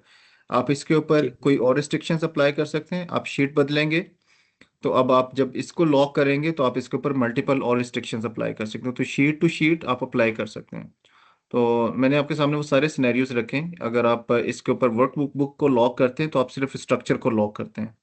शीट आप अगर इसमें 10 शीट्स भी ऐड करते हैं तो आप 10 डिफरेंट शीट्स के ऊपर different kind of restrictions apply कर सकते हैं। लेकिन फिर सर आपको हर शीट का पासवर्ड याद होना चाहिए। जी जी। सर मैं इसमें ये पूछना चाह रहा था, जैसे काफी सारी आपने ये 4 शीट्स खोली हुई है ना, जी 4 जी। शीट्स हैं। हम्म सबको इकट्ठा सिलेक्ट करके हम इनके ऊपर प्रोटेक्शन लगा सकते हैं? ये मैं कंट्रोल प्लस करके इन सब शीट्स को मैं सिलेक्ट कर रहा हूँ, और जी जी। आप ये देखिए कि वो मेरे पास फंक्शन ही विजिबल नहीं है। लेट मी चलिए। Check it again. देखिए हमारे पास जो प्रोटेक्शन वाली शीट थी वो ये थी ना। मैं जी इसको ज़रा अनचेक कर दूँ, 1 2 3, ठीक है। अब मेरे पास कोई भी शीट प्रोटेक्टेड नहीं है। अगर आप ये चाह रहे हैं कि मैं इन चारों शीट्स को सिलेक्ट करके इकट्ठा पासवर्ड लगा दूं, तो आप ये देखिए मेरे पास वो फंक्शन ही इनविजिबल हो गया। इसका मतलब है कि एक्सेल डज नॉट अलाउ कि आप हर सारी शीट्स को एक ही टाइम में लॉक कर दें। सही, हम यानी सिंगल ठीक है, सिंगल करके करनी पड़ेंगे। सिंगल सिंगल करके करेंगे। और मैंने वही अर्ज किया आपको कि आपको हर शीट के अंदर अलग अलग रिस्ट्रिक्शंस लगाने का ऑप्शन मौजूद है। ए में आप कुछ, शीट नंबर 1 में कुछ रिस्ट्रिक्शंस अप्लाई कर सकते हैं, बी में कुछ, सी में कुछ। तो आप, it's your choice. Thank you sir. इसमें इसी के रेलिवेंट एक और क्वेश्चन था कि बाद जी का जी जी। जैसे ये प्रोक्टेड टेस्ट वगैरह टेस्ट होते हैं ना, उसमें ये प्रोटेक्टेड शीट्स आती है ना, तो उसमें एक वो क्या नाम है, ट्रायंगुलेट की तरह का एक सिंबल बना होता है ना, तो वो बेसिकली क्या होता है और उसका फंक्शन क्या होता है? आप मेरे साथ अगर वो शेयर कर सकेंगे तो मैं आपको बता सकता हूँ जो आपके जहन में चीज़ है, अदरवाइज जैसे मैं पिक नहीं कर पाएगा। ठीक है सर। दूसरा एक ये पूछना था कि जिस तरह हम एक्सेल की कोई भी शीट भेजते हैं, जैसे टेस्ट के लिए भेज देते हैं, इसमें कोई ऐसा फंक्शन तो नहीं होता कि जो, या वर्क के लिए हम भेज देते हैं तो उसमें कोई ऐसा फंक्शन तो नहीं होता कि उसमें हम पिक्चर भी ले सकें उस आदमी की जो उस पे काम अ, करे? मैं नहीं समझा कि आप क्या कहना चाह रहे हैं।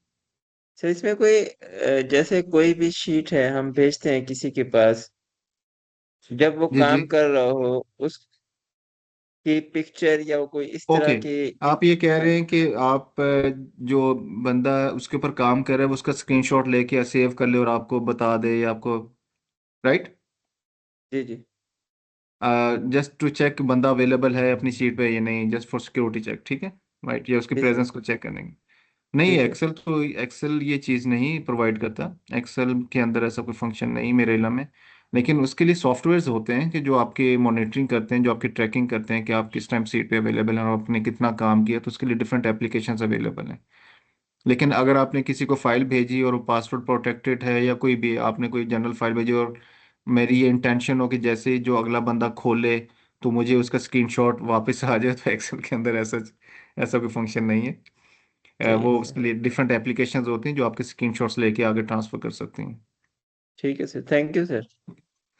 चले, आई थिंक अगर सबके क्वेश्चंस हो गए हैं तो मैं नेक्स्ट टॉपिक पे चलता हूँ। ये साकिब, आपका कोई क्वेश्चन है तो आप पूछ लें, फिर मैं नेक्स्ट टॉपिक पे आ जाऊँ। सर बड़ा एक मासूमाना सवाल है। जी। अगर आप शीट निकालें, ये सामने देखें, अभी आपने बताया कि कुछ सेल्स को जो है वो हम लॉक कर सकते हैं और हाँ जी। कुछ को हम जो है वो अनलॉक ऐसे छोड़ सकते हैं, जैसे अली अब्दुल्ला जैद। लेकिन जी। मसला बात ये मुझे समझ नहीं आ रही कि जिनको हम लॉक कर दिए, फॉर एग्जांपल टोटल 188 465 170, ठीक है, जी जी। अगर हम ऊपर से चेंजिंग करते हैं अली अब्दुल्ला जैद की, तो हम्म नीचे हमारी जो है वो टोटल तो चेंज हो जाता है। फिर इसको सेल्स हम्म। को लॉक करने का क्या मकसद है? अच्छा, सेल्स को लॉक करने का मकसद ये है, समटाइम्स ये होता है कि कोई आपको चीट ना कर सके। ठीक है, हो सकता है किसी ने ये जस्ट इमेजिन के you have big data set, may be hmm, उसमें 10 15 20 50 लोगों की डिटेल्स हों, ठीक है, और आपके पास मल्टीपल प्रोडक्ट्स हों। ये मैंने आपको एक टेबल, एक एग्जांपल के तौर पे दी है सेल्स के हवाले से। हो सकता है ये स्कूल का सिनेरियो है, आप डिफरेंट मार्क्स इसके अंदर इंटर कर रहे हैं, ठीक है, जी। और कोई भी इंटेंशनली यहाँ पर कोई नंबर इंटर करे और यहाँ पे कोई और नंबर इंटर करे, और वो यहाँ पर सम को चेंज कर दे, just to hmm, share with you, और आप सिर्फ सम को नोट करें और आप कहेंगे हाँ जी बाकी सारे मार्क्स ठीक है, इसके बच्चे के मार्क्स हाईएस्ट मार्क्स हैं या अच्छे मार्क्स हैं। एक्चुअली उसके मार्क्स उतने ज़्यादा नहीं, मैं स्कूल के सिनेरियो में बात कर रहा हूँ। सही। सेल्स के सिनेरियो में बात करना चाह रहे हो तो आप being a sales head, sales department head या मैनेजर, आप ये देखना चाह रहे हैं कि कितने यूनिट सेल हुए या कितने थाउजेंड या मिलियंस की सेल्स हुई, तो आप सिर्फ टोटल को फोकस कर रहे हैं। Imagine you have big team, big data set, may B आपके पास 20 प्रोडक्ट्स हैं और 20 लोगों की टीम है, और उन सबको एक एक सेल को नोट डाउन करना या उसको स्क्रीन करना आपके लिए पॉसिबल ना हो, आप सिर्फ टोटल को फोकस कर रहे हैं, तो मे बी इंटेंशनली कोई टोटल को चेंज कर दे, ठीक है, और आप समझेंगे सब ठीक जा रहा है। तो उससे अवॉइड करने के लिए आपके पास ये ऑप्शंस हैं कि आप चीज़ों को लॉक कर लें। तो उसमें सही। होगा क्या कि आपके पास ये टोटल इट्स वेरी क्लियर, क्योंकि आपने इसको लॉक किया हुआ है, आपको टोटल नहीं बदल सकता। तो इसमें आपके सामने बड़ी अच्छी तरह परफॉर्मेंस आ रही है कि हाँ जी इस बंदे के फॉर एग्जांपल फरवरी के अंदर आपकी सेल्स देखें 465 पे जा रही है और मार्च के अंदर 170 पे आ रही है और जनवरी के अंदर आपकी 188 पे जा रही है। तो ये आपको बड़ी क्लियर इंडिकेशन दे रही है कि आपका ट्रेंड क्या जा रहा है। इस ट्रेंड के पीछे फिर कोई स्टोरी है, फिर आपको उसको इन्वेस्टिगेट करना है। तो इन सही। सारी चीज़ों से बचने के लिए ये आपके पास सहूलत है कि आप उसको लॉक कर सकते हैं इन चीज़ों को। ठीक। ठीक, थैंक ठीक। यू। चलें, मेरे ख्याल में नेक्स्ट टॉपिक पे आता हूँ। हमारे अगले टॉपिक बड़े सिंपल मासूमाना से बड़े इंटरेस्टिंग टॉपिक्स हैं। ये है टेबल। ये बड़ा इंटरेस्टिंग चीज़ है। कुछ अर्सा पहले तक मैं भी इसको टेबल ही समझता था। जो मेरे सामने ये आपके मेरे सामने जो डाटा सेट है, जो मेरे सामने इंफॉर्मेशन है, मैं इसको टेबल समझ रहा होता था कि ये टेबल है। क्योंकि मुझे ये नज़र आ रहा है कि ये लिमिटेड सी इंफॉर्मेशन है। लेट्स से ये तो खैर कुछ ज़्यादा ही 100 पे चलेगी। मिसाल के तौर पे मैं इसको थोड़ा सा समराइज करने के लिए, just to show you on single screen में, लेट्स से इसको मैं 15 या 16 रोज के ऊपर ले आता हूँ। ठीक है, ये देखिए, मैं ये समझ रहा हूँ कि ये एक टेबल है और इसमें मैं जो भी चीज़ें अप्लाई कर रहा हूँ बिल्कुल ठीक है। मेरी नज़र में ये टेबल की लुक दे रहा है। अदरवाइज एक्सेल की नज़र में ये टेबल नहीं है। एक्सेल की नज़र में ये एक सिंपल इंफॉर्मेशन है। ठीक है, या इन अदर वर्ड्स कि मैं इस टेबल की बात करता हूँ, ये जो टेबल मेरे सामने इस टाइम है ये एक्चुअली टेबल नहीं है, ये सिर्फ रॉ इंफॉर्मेशन है एक्सेल की नज़र में। व्हाट इज़ द डिफरेंस, मैं दोनों को अप्लाई करके आपको इसको एक्सप्लेन करने की कोशिश करता हूँ कि जिसको मैं टेबल कह रहा हूँ उसमें और जो एक्चुअली टेक्निकली टेबल है एक्सेल की लैंग्वेज के अंदर, उसमें क्या फ़र्क है एंड वाई दैट इज़, आप ये कह लीजिए कि मैंडेटरी या नेसेसरी कि आपने उस टेबल को ज़रूर अपने उस टेबल के फॉर्मेट के अंदर चीज़ों को लेके आके काम करना है। उसके कुछ implications हम बाद में जब डैशबोर्ड पे जाएंगे या पिवट टेबल पे जाएंगे वहाँ पे समझेंगे। अभी मैं आपको इसके हवाले से थोड़ा सा एक्सप्लेन करना चाह रहा हूँ। देखें, ये एक सिंपल टेबल है और मैं इसके साथ में एक फॉर्मेटेड टेबल को एक्सेल फॉर्मेटेड टेबल का नाम देता हूँ और दोनों का डिफरेंस आपको एक्सप्लेन करता हूँ। ये लेट्स से ये एक्सेल फॉर्मेटेड टेबल है। ठीक है, simple table and excel formatted table. Excel जिस चीज़ को टेबल कंसिडर करता है उसकी एक अपने फीचर्स हैं, अपना एक प्रॉपर मैकेनिज्म है। वो कैसे होता है? जैसे अभी मैंने आपके सामने इस एरिया को सिलेक्ट किया तो मैं यहाँ पे जाऊँगा, तो मैं यहाँ पर इंसर्ट के ऊपर क्लिक करते मैं इसको टेबल्स की सेटिंग के ऊपर क्लिक कर देता हूँ। तो यू सी कि जैसे ही मैंने टेबल के ऊपर क्लिक किया इंसर्ट मेन्यू के अंदर, तो अब आपको एक डॉटेड लाइन नज़र आना शुरू हो गई है और यहाँ पर एक रेंज आ गई। यहाँ पर एक ऑप्शन है माई टेबल हैज़ हेडर। इसका मतलब ये है कि अगर मैं चाहता हूँ कि जब इस रॉ डाटा को एक्सेल टेबल की शेप के अंदर या टेबल के फॉर्मेट के अंदर शिफ्ट कर रहा है तो उसके हेडर्स भी साथ रहे, तो ये टिक मार्क का जो साइन है ये चेक इसको रहने दीजिए। अगर आप चाहते हैं कि आपके ये हेडर्स उसमें शामिल ना हो तो आप इसको अनचेक कर दीजिए। बाय डिफ़ॉल्ट ये क्लिक हुआ हुआ है तो इसको ऐसे ही जाने दें एंड प्रेस ओके। तो यू सी कि जैसे ही ये टेबल जो कि जिसको एक्सेल टेक्निकली टेबल कहते हैं उस फॉर्मेट में आया तो आपकी ये चीज़ें बदल गई हैं।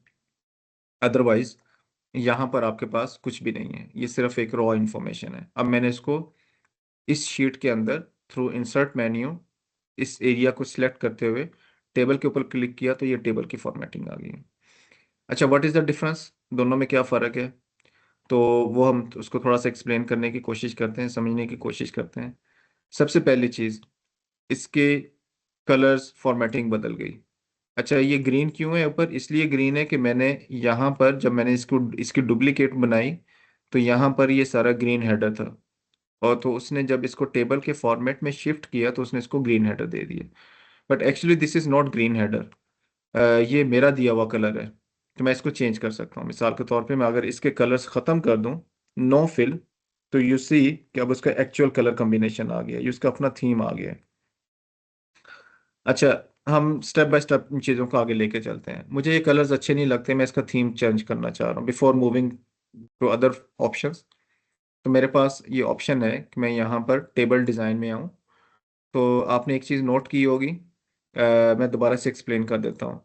जब यहाँ पर मैं इस सारे टेबल को सिलेक्ट करता हूँ तो मेरे पास यहाँ पर टॉप के ऊपर कोई मेन्यू नहीं खुल रहा, कोई टैब नहीं खुल रहा, क्योंकि एक्सेल के नज़दीक ये एक जस्ट रॉ इन्फॉर्मेशन है, नॉट अ टेबल। लेकिन जब मैं इसको इस प्रॉपर फॉर्मेट के अंदर शिफ्ट करने के बाद किसी भी जगह पे क्लिक करूंगा तो आप देखिएगा कि आपके पास यहाँ पर टॉप के ऊपर एक नया मेन्यू खुल जाएगा जो सिर्फ टेबल्स की सेटिंग के हवाले से एक नया मेन्यू है। फॉर एग्जांपल जैसे मैंने कहीं पे भी क्लिक किया तो टेबल डिज़ाइन आ गया। ठीक है, तो टेबल डिज़ाइन का मतलब ये है कि मैं इसके कलर्स, अब इसमें बहुत सारी चीज़ें हैं, हम इनको वन बाय वन एक्सप्लोर करते हैं। जैसे मैंने इसको सेलेक्ट किया, टेबल डिज़ाइन जो इससे लिंक्ड है ये खुल जाएगा और मेरे पास यहाँ पे मल्टीपल ऑप्शंस है। तो फॉर एग्जांपल अगर मुझे इसके कलर्स पसंद नहीं हैं जो इसने असाइन किए हैं, जो इसने अप्लाई किए हैं, तो मैं यहाँ पर जाके कोई भी और कलर अपनी मर्जी से पिक कर सकता हूँ। ये पूरा एक थीम होता है, पूरा पूरा एक कलर कम्बिनेशन होता है। आपने देखे होंगे ऐसे टेबल्स कहीं ना कहीं डेटाबेस के अंदर। तो मैंने ग्रीन कलर पिक कर लिया, दैट्स फाइन। अच्छा, अब अगर मैं चाह रहा हूँ कि मैं इसका कोई सम देख लूँ कि टोटल इनकम कितनी है, मिसाल के तौर पे, अभी हम स्टेप बाय स्टेप इन चीज़ों को एक्सप्लोर करेंगे। मैं एल कॉलम के अंदर हूँ, इनकम का कॉलम है और मैं इसका सम देखना चाह रहा हूँ। तो मैं यहाँ पर क्लिक करूँगा, सम। ठीक है, और मैं यहाँ पे क्लिक करूँगा तो ये देखिए मेरे पास इसका टोटल सम आ गया। अच्छा, अब यही काम मैं उधर भी कर सकता था।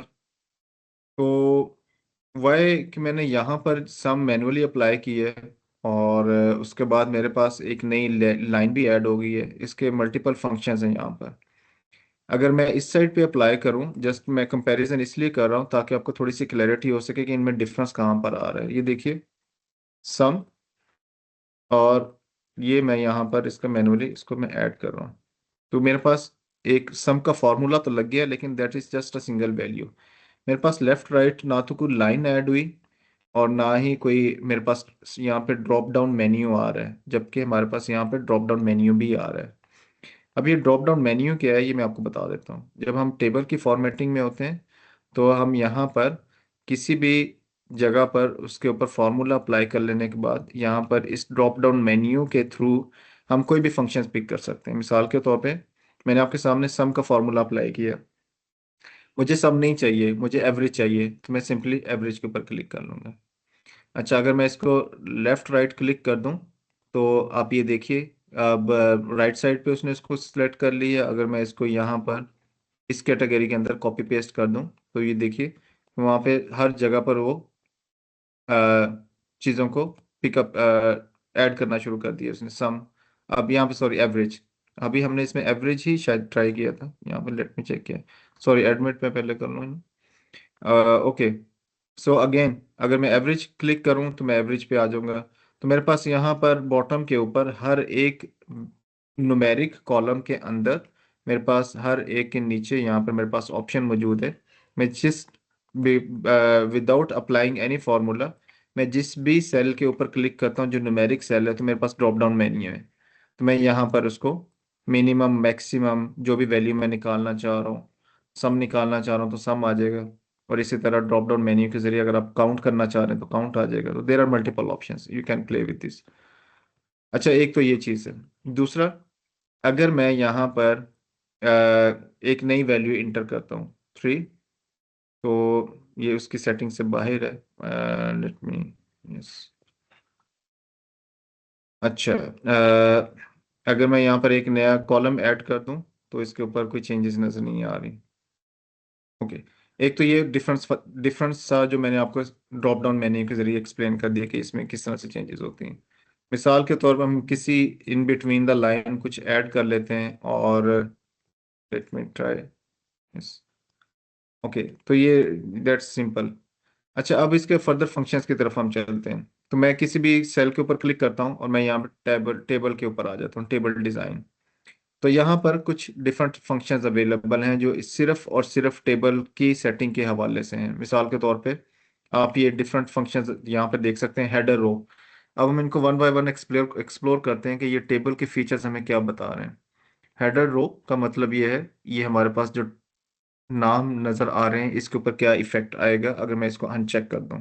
मैं इसको अनचेक करता हूं तो you see header row remove हो गई है। अब मेरे पास किसी भी कॉलम का कोई रेफरेंस नहीं है कि जो मुझे ये बताए कि कॉलम जे क्या बता रहा है, एच क्या बता रहा है, जी क्या बता रहा है। तो सिंपली अगर मैं इसके ऊपर क्लिक कर दूं तो वो वापस आ जाएगा। अगर मैं टोटल रोज के ऊपर क्लिक कर दूं तो यू सी वो जो टोटल वाला फंक्शन था हमारे पास आखिरी नंबर पे, ये वाला, अगर मैं यहाँ पे अनचेक कर दूं तो वो रिमूव हो जाएगा। इसी तरह अगर मैं बैंडेड रोज के ऊपर क्लिक कर दूं तो यू सी कि बैंडेड रो से क्या हुआ, मैं इसको अनचेक कर रहा हूँ, मेरे पास ये जो कलरिंग स्कीम है जो एक हर एक सेकंड रो के ऊपर अप्लाई हो रही है, बैंडेड रो से मैं जब क्लिक करूंगा तो वो रिमूव हो जाएगी। इसको मैं चेक कर देता हूँ। अच्छा, अब ये फर्स्ट कॉलम लास्ट कॉलम क्या है इसको भी देख लेते हैं। जब मैं फर्स्ट कॉलम के ऊपर क्लिक करता हूँ तो इसका मतलब ये विजिबल हो जाएगा, ये हाईलाइट हो जाएगा। मिसाल के तौर पे मैं इसको सिलेक्ट कर लेता हूँ और मैं किसी भी जगह पे सिलेक्ट किए बगैर मैं सिर्फ इसके ऊपर क्लिक करता हूँ टेबल डिजाइन के अंदर फर्स्ट कॉलम, तो यू सी कि पूरे का पूरा कॉलम बोल्ड हो गया है। इसी तरह अगर मैं चाहता हूँ कि लास्ट कॉलम मेरे इस टेबल का बहुत इंपॉर्टेंट है और वो विजिबल होना चाहिए, तो मैं लास्ट कॉलम के ऊपर क्लिक करूंगा तो इसी लास्ट कॉलम के ऊपर सारा बोल्ड कर दिया इसने। लाइकवाइज अगर मैं बेंडेड कॉलम्स के ऊपर क्लिक करूंगा तो यू सी कि अब हर सेकंड कॉलम जो है वो जस्ट लाइक सेकंड रो, हर सेकंड कॉलम उसको उसने कलर दे दिए जो इसका अपना एक टेबल का अपना कलर है। आप इसमें से जिस सेटिंग्स को रखना चाहते हैं वो रख लीजिए। अच्छा, अगर मैं फिल्टर का बटन ख़त्म कर दूं तो जो कि बाय डिफ़ॉल्ट जब आप ये टेबल्स की सेटिंग अप्लाई करते हैं तो फिल्टर बाय डिफ़ॉल्ट इसके ऊपर अप्लाई हुए हुए होते हैं, तो आप इसको अनचेक कर दीजिए तो फिल्टर इनविजिबल हो जाएंगे। ठीक है। अच्छा, ये सारी चीज़ें हमने चेक कर ली हैं, इसमें सारे फंक्शंस चेक कर ली हैं। अच्छा, अब अगर मैं चाहता हूं कि मैं इन सारी चीज़ों को, अच्छा ये सारे फंक्शंस आपने नोट किया होगा कि ये जो मेरे पास ये सारे फंक्शंस यहाँ पर अवेलेबल थे, ये कलर स्कीम थी या ये जो ड्रॉप डाउन मेन्यू है ये मेरे पास यहाँ पर नहीं है, या इन अदर वर्ड्स मेरे पास ये जो एक सिंपल सा टेबल है इसमें ऐसी कोई चीज़ भी अवेलेबल नहीं है। इसको तो खैर हमने प्रोटेक्शन के पॉइंट ऑफ व्यू से हमने इस टेबल को रखा था, लेकिन अब किसी भी टेबल के ऊपर जब मैनुअली इंफॉर्मेशन एंटर करते हैं और मैनुअली उसकी फॉर्मेटिंग करते हैं तो ये सिस्टम्स वहाँ पर अवेलेबल नहीं होते। लेकिन जब आप इसको इस फॉर्मेटिंग के अंदर ले आते हैं तो आपका एक अलग मेन्यू खुल जाता है और उसके अंदर ये सारे फंक्शंस अवेलेबल होते हैं। अच्छा, अब एक और चीज़ है, अब मैंने सारी सेटिंग्स इसमें अप्लाई कर दी हैं, मुझे ये मैं इसको रिवर्स करना चाह रहा हूँ, मैं इसको एक सिंपल टेबल के फॉर्मेट में लेके आना चाह रहा हूँ, तो उसका क्या तरीका हो सकता है। मैं ये चाहता हूँ कि ये जो टेबल है अब इसके ऊपर एक्सेल की सेटिंग्स ना अप्लाई हों, ये एक बिल्कुल सिंपल टेबल की तरह जस्ट लाइक इस तरह का टेबल मुझे नज़र आए, तो उसके लिए क्या हो सकता है। तो मैं इन सारी चीज़ों को रिवर्स करने जा रहा हूँ। उसके लिए आप टेबल डिज़ाइन में जाएंगे और मैं सबसे पहले ये ट्राई कर लूँ कि पॉसिबल है भी या नहीं। सो लेट मी चेक कि अगर मैं यहाँ पर क्लियर के ऊपर आता हूँ, होम मेन्यू के अंदर एडिटिंग कैटेगरी है और ये आपको एक रेजर का एक नज़र आ रहा होगा क्लियर, तो क्लियर फॉर्मेट्स अगर मैं इसके ऊपर क्लिक कर लूँ तो मेरे पास ये क्लियर फॉर्मेट्स ख़त्म हो गए। बट क्या मेरा वो जो टेबल्स की प्रॉपर्टीज थी या फीचर्स है वो भी इनविजिबल हो गए, या अब वो एप्लीकेबल नहीं है। यस, एप्लीकेबल है। आप ये देखिए कि जैसे ही मैं इसके बॉटम पे आऊंगा उसकी फॉर्मेटिंग खत्म हुई है, still I have this drop down menus. ठीक है, जो कि मुझे हर कॉलम के आखिर में नजर आ रहे हैं। बट एक्चुअली आई वांटेड कि ये बिल्कुल एक सिंपल फॉर्म में आ जाए, तो उसके लिए मुझे क्या करना है वो, और अगर आप हेडिंग देखें तो हेडर के ऊपर भी आपको ये सारे नजर आ रहे हैं। ठीक है, तो सिंपली आपने क्या करना है, मैं इसको कंट्रोल जी कर लेता हूँ। आप जब इसको बिल्कुल एक सिंपल डाटा की शक्ल में लाना चाह रहे हैं तो इसी के अंदर आपके पास एक फंक्शन होता है कन्वर्ट टू रेंज। ठीक है, आप इसको क्लिक करेंगे। अच्छा, बाय द वे एक और चीज़ मैंने मिस कर दी, वो बताना ज़रूरी इसलिए है कि पहले मैं इसको रिमूव कर दूं। आप चाहें तो जब आपने इसके ये पूरे टेबल को एक एक्सेल का एक फीचर दे दिया इंसर्ट मेन्यू के थ्रू, तो अब आप इसको एक नाम भी दे सकते हैं। आपने नोट किया होगा मैंने इस सारे टेबल को सिलेक्ट किया, तो मैं अब यहाँ पर इस जो इसका सेल का जहाँ पर आप नाम देते हैं यहाँ पर फॉर एग्जांपल अगर मैं डमी टेबल के नाम से इसका नाम रख देता हूँ और मैं प्रेस इंटर कर देता हूँ, you must inter valid reference. Okay, मेरे ख्याल में शायद स्पेस आ गई, एक्सेल टेबल। ठीक है, लेट मी चेक। इसको मैं सिलेक्ट कर रहा हूँ और मेरे ख्याल में इस पूरे टेबल को इसको सिलेक्ट करना चाहिए था। आप इसको कस्टमर इंफॉर्मेशन देना चाह रहे हैं, but that is another function. वो ये होता है कि आप पूरे टेबल को आप एक नाम दे देते हैं, तो वो उस नाम के साथ यस कस्टमर टेबल। अच्छा, अब क्या होगा, फॉर एग्जांपल अगर मैं किसी जगह पर इसका कोई रेफरेंस देना चाह रहा हूँ, तो मेरे पास यहाँ पर दो नाम आ गए, कस्टमर एक्सेल टेबल, ये दोनों नाम है। फॉर एग्जांपल मैं यहाँ पर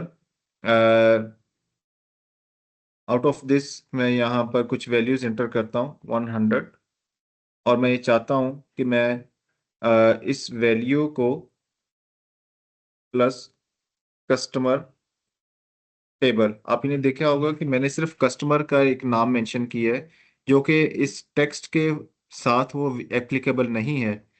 मेरा मतलब है कि आप इसको कैलकुलेशंस के लिए अप्लाई नहीं कर सकते, लेकिन आपने जब टेबल्स की इसके ऊपर प्रॉपर्टीज अप्लाई कर दी, तो आपने उसको एक पूरे के पूरे टेबल को आपने एक नाम दे दिया। तो अब आप कस्टमर को इसके अंदर फॉर्मूला का हिस्सा बना सकते हैं। यू सी, कस्टमर कस्टमर नाम का कोई फॉर्मूला होता नहीं है, लेकिन मैंने इस सारी रेंज को सिलेक्ट किया जो आपके सामने विजिबल है, और मैंने उसको एक नाम दे दिया कस्टमर।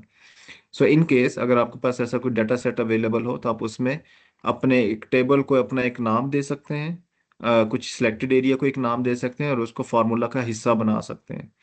तो राइट नाउ ये सिर्फ मैंने आपको एक एग्जांपल के तौर पे ये दो नाम यहाँ पे मेंशन किए जो यहाँ पर इस लिस्ट के अंदर मेंशन है। एक तो वो कस्टमर है, और एक दूसरा मैं इसको अगर कैंसिल कर दूं, क्योंकि इसकी कोई सेंस बनेगी नहीं इस सारे फॉर्मूले की, तो इसमें मैं इसको अप्लाई नहीं कर रहा, लेकिन जब आपको बताना मतलब था कि आप इसको अप्लाई इस तरह से भी कर सकते हैं। अच्छा, नाउ हम इसको बिल्कुल एक सिंपल फॉर्म में लेके आना चाह रहे हैं। टेबल के ऊपर क्लिक कीजिए, टेबल डिज़ाइन के अंदर। अ, अगर ये मुझे अलाउ कर दे ये मेन्यू, इसको मैं थोड़ा सा नीचे ले आता हूँ। अच्छा, अगेन टेबल डिज़ाइन और convert to range. Do you want to convert the table to a normal range, आपसे पूछा जा रहा है। यस, अगर आप यस के ऊपर क्लिक कर देंगे, तो अब आपका वो जो टेबल्स की फॉर्मेटिंग थी वो सारी रिमूव हो गई है। इफ़ यू नोटिस, अगर मैं इस सारे को सिलेक्ट कर रहा हूँ या किसी एक वैल्यू के ऊपर सिलेक्ट करूँ, तो मेरे पास यहाँ पे टेबल का मेन्यू नहीं आ रहा, और इससे रेलिवेंट जितने फीचर्स है वो सारे यहाँ पर अवेलेबल नहीं है। तो इसका मतलब है कि जब मैंने इसको रिवर्स कर दिया, तो अब ये टेबल, ये डाटा और ये डाटा, ये सिर्फ एक डाटा है, एक्सेल की नज़र में ये टेबल नहीं है, और इसके ऊपर जो सेटिंग्स पहले अप्लाई हो रही थी अब वो नहीं होंगी। तो ये उसका एक बिल्ट इन फीचर होता है एक्सेल के टेबल्स का। आई होप कि आपको ये थोड़ी सी क्लैरिटी होगी कि जब हम एक्सेल टेबल की बात करते हैं तो उससे क्या मतलब होता है, और उसकी क्या एप्लीकेशंस होती हैं, उसके ऊपर हम कैसे काम आसान कर सकते हैं। सो मेरे ख्याल में अगर आपका कोई क्वेश्चन है, जी साकिब, आपका कोई क्वेश्चन है तो प्लीज। और पहली चीज ही मैं मिस कर गया हूँ कि सिंपल टेबल से एक्सेल टेबल में कैसे कन्वर्ट करते हैं, वो बता दें। यस, अच्छा, वेरी सिंपल, ये देखिए हाँ। मैं इसी को कर देता हूँ, मैंने इसे एग्जांपल के तौर पे ही रखा हुआ है, ठीक है। अब तो खैर ये भी एक सिंपल है। ये अगर आप इसको इस टेबल की प्रॉपर्टीज के अंदर लेके आना चाह रहे हैं, कोई भी हम्म। टेबल ए बी सी है, सिलेक्ट कर लें, इंसर्ट, और टेबल का एक ऑप्शन है यहाँ पर। इसकी एक शॉर्टकट भी आपको नजर आ रही है, कंट्रोल टी। अगर आप इसको सिलेक्ट करने के बाद सिर्फ कंट्रोल प्लस टी प्रेस कर देते हैं, तो यू सी आपके पास एक रेंज आ जाती है, और ये आप उसका क्रिएट अ टेबल का एक ऑप्शन आ जाता है। आप जैसे ही इसको ओके करेंगे, तो साथ में ही आपके पास ऊपर एक टेबल डिजाइन का एक मेन्यू खुल जाएगा, जो सारे के सारा इससे रेलिवेंट है, इस ठीक है। टेबल की फॉर्मेटिंग के हवाले से, ठीक है। ठीक है, थैंक यू। अगेन मैं इसको रिवर्स कर देता हूँ। अब मैं इसको रिवर्स करने जा रहा हूँ, टेबल डिजाइन के अंदर जाइए, कन्वर्ट टू रेंज, इसके ऊपर क्लिक कर लें। Do you want to convert the table to normal range, yes, तो वो टेबल सेटिंग सारी खत्म हो जाएंगी। ओके, सो इसके बाद हमारा नेक्स्ट जो टॉपिक है, स्पार्क लाइन। सॉरी सर, एक जी जी, क्वेश्चन था इधर ही ना। जी जी प्लीज, जी सर, जी। इसमें कौन सा बेहतर तरीका होता है ज्यादातर जो काम करने का है, टेबल फॉर्म में ज्यादा बेहतर होता है या एक्सेल जो सिंपल टेबल में? अच्छा, ये डिपेंड करता है आप काम क्या कर रहे हैं। Very good question. मिसाल के तौर पे मैं डैशबोर्ड के ऊपर काम कर रहा हूँ, तो मुझे इस टेबल सेटिंग के ऊपर काम करना होगा, ठीक है। वो मैं जब वहां पे जाऊंगा डैशबोर्ड के ऊपर, जब हम पेपर टेबल के ऊपर काम करेंगे, तो मैं आपको इसका डिफरेंस भी बताऊंगा कि क्यों ज़रूरी होता है। जब आप बहुत सारी चीज़ों को सिस्टमेटिकली अप्लाई करना चाह रहे हैं डाटा के ऊपर, तो फिर आप प्रेफरेबली यही है कि आप इस सेटिंग को यूज़ कर लें, टेबल को यूज़ कर लें। इसमें बहुत सारी आसानी हो जाती है। देखें, बहुत सारी चीज़ें जो आपने इस सिंपल डाटा के ऊपर आपने वन बाय वन अप्लाई करनी है, यहाँ पर सिंगल क्लिक के ऊपर आपकी सारी चीज़ें अवेलेबल हैं।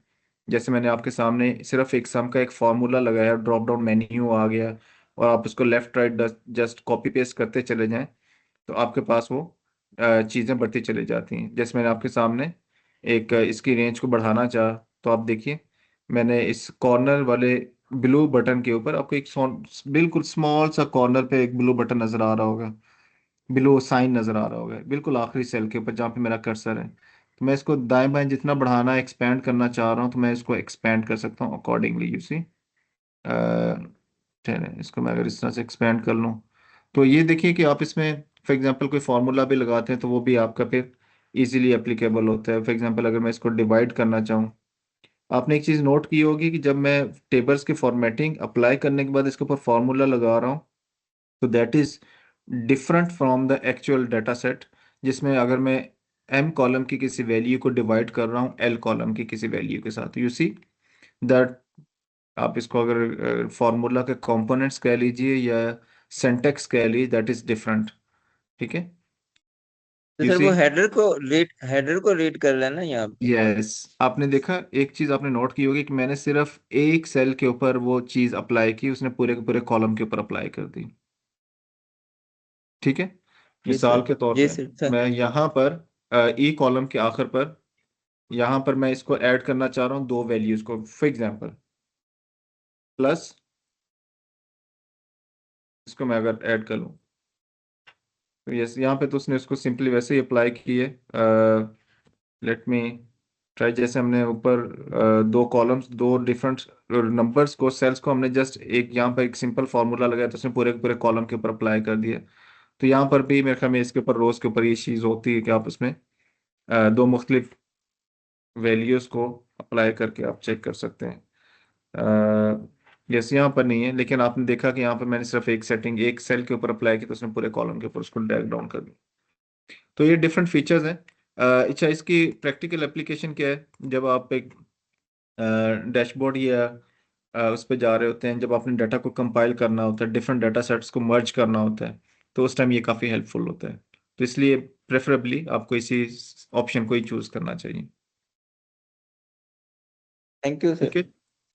अच्छा, ये स्पार्क लाइंस होती हैं, बड़ी इंटरेस्टिंग चीज़ है। इसको हम थोड़ा सा क्विकली देख लेते हैं। Sparklines is very cool feature of excel. ये मिलती कहाँ से और इसका फंक्शन क्या होता है? ये बेसिकली ये जब आप एक बड़े डाटा सेट के ऊपर काम कर रहे हैं और आप चाहते हैं कि आप एक अलग से ग्राफ जनरेट ना करें, आप according to your data set आप उसके अंदर चीज़ों को ऐड अप करते चले जाएं या उसको ग्राफिकली प्रेजेंट करते चले जाएं, तो स्पार्क लाइंस का फंक्शन यूज़ होता है। मिसाल के तौर पे मैंने ये चार, पहला कॉलम तो आप ये समझिए कि मैंने कस्टमर वाले आईडी से उठाया है, रैंडम नंबर्स हैं, मैंने जस्ट कॉपी पेस्ट किया है इस शीट के लिए। तो उसके बाद मैंने हाइपोथेटिकली ये कुछ कॉलम्स मैंने क्रिएट कर दिए। मैं जस्ट आपको सिंपलिसिटी के लिए एक्सप्लेन करना चाह रहा हूँ कि मेरे पास ये कस्टमर नंबर 1 है, ये 2 है, ये 3 है, ये 4 है, वट एवर उसका जो भी आईडी है, कस्टमर आईडी, लेट से मैं इसको कस्टमर आईडी भी मेंशन कर देता हूँ। ये उसका 5 महीने का पैटर्न है उसके इनकम का। ठीक है, तो ये डाटा सेट हमें ये बता रहा है कि हर कस्टमर की 5 महीने की इनकम का क्या पैटर्न है। ये जस्ट आप कह लीजिए कि डमी डाटा है हाइपोथेटिकली, जस्ट मैंने सिंपल केस को रखने के लिए मैंने इस तरह से कुछ वेरिएबल इसमें ऐड किए हैं।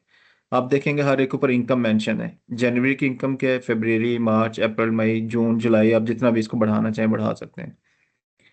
अब हर सेल के अंदर आपको एक वैल्यू नज़र आ रही है जो कि रैंडम वैल्यू है। ठीक है, कुछ माइनस में है कुछ पॉजिटिव में, तो ये ट्रेंड आपको बताएगा।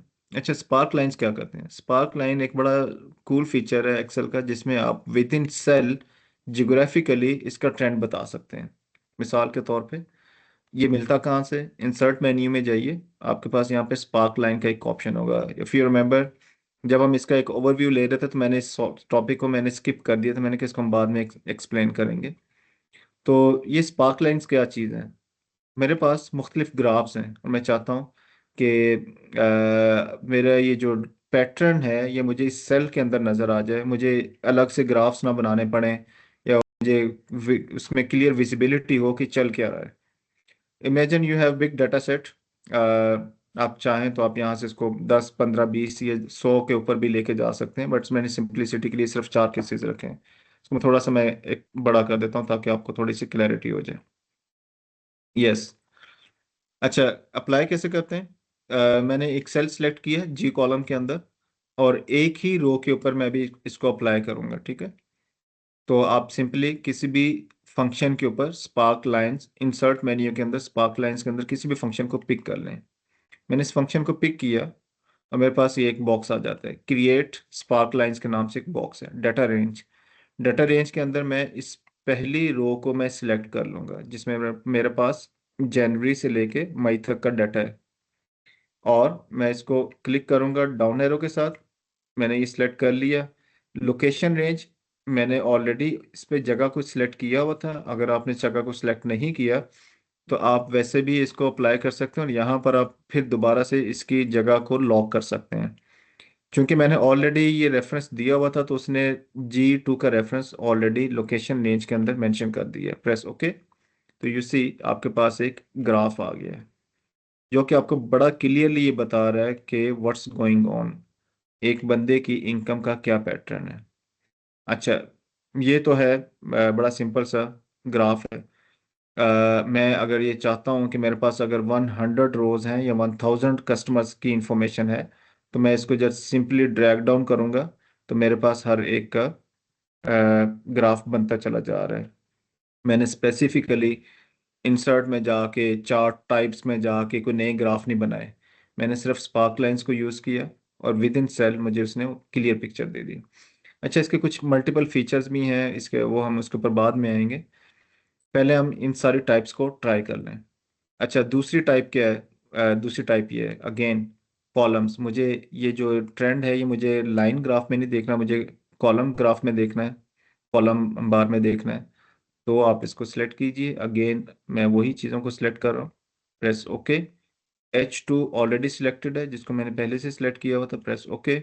एंड यू सी कि अब आपके पास ये एक ऐसा ट्रेंड सामने आ गया है, same data but a different presentation of the या विजुअलाइजेशन ऑफ द डाटा। अब ये भी आपको बहुत कुछ बता रही है। अगर आप इस लाइन ग्राफ से समझना चाह रहे हैं तो that is good, line graph से समझ लीजिए। अगर आपको लगता है नहीं बार ग्राफ आपको बेहतर नजर आ रहा है तो बार ग्राफ से देख लीजिए। एक हमारे पास तीसरा फीचर है स्पार्क लाइन के हवाले से। मैंने यहाँ पे सेल को सिलेक्ट किया आई कॉलम के अंदर, again go to insert menu, third option. अब ये क्या है? ये विन लॉस है। विन लॉस कैसे अप्लाई होगा मैं आपको ट्राई मैं बता देता हूँ।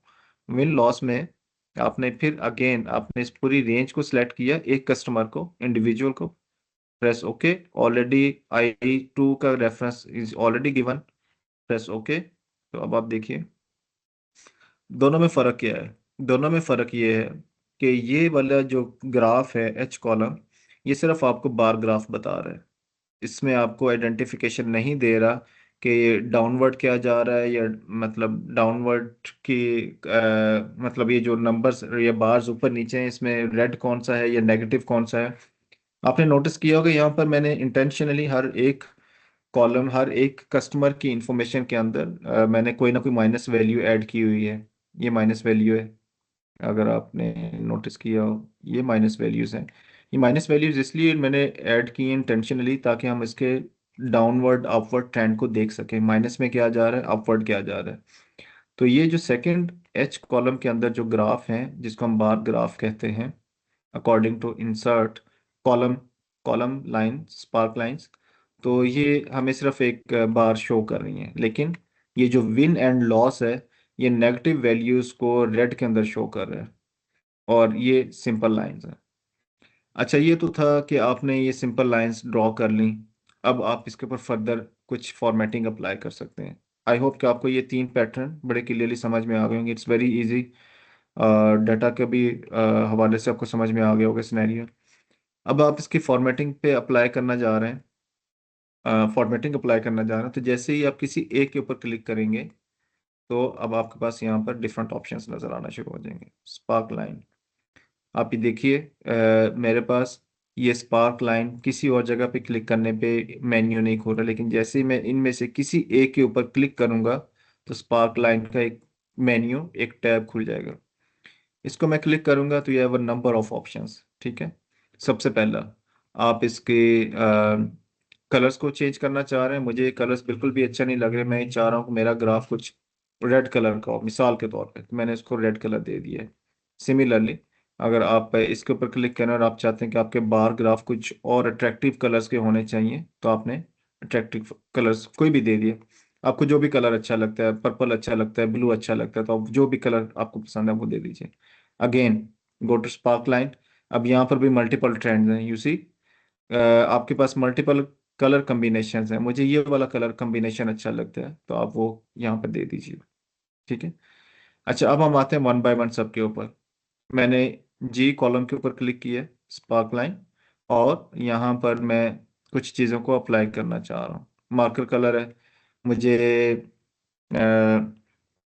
नेगेटिव को कौन सा कलर देना है मैं वो इसमें हाईलाइट कर सकता हूँ। मिसाल के तौर पे रेड ऑलरेडी सिलेक्टेड है, मैं चाह रहा हूँ कि जो नेगेटिव है वो ऑरेंज कलर के साथ प्रेजेंट हो। तो मैंने मार्कर कलर्स के अंदर जाके, स्पार्क लाइंस के अंदर, spark line colours sorry marker colours के अंदर जाके मैंने नेगेटिव के लिए कोई भी कलर पिक कर लिया। आप चाहें तो आप ग्रीन कर लें, आप चाहें तो blue, orange, what ever you like.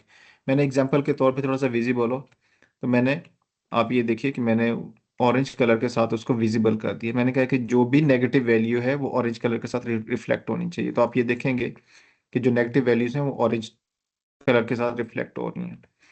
अच्छा, अगेन स्पार्क लाइंस के ऊपर चलते हैं।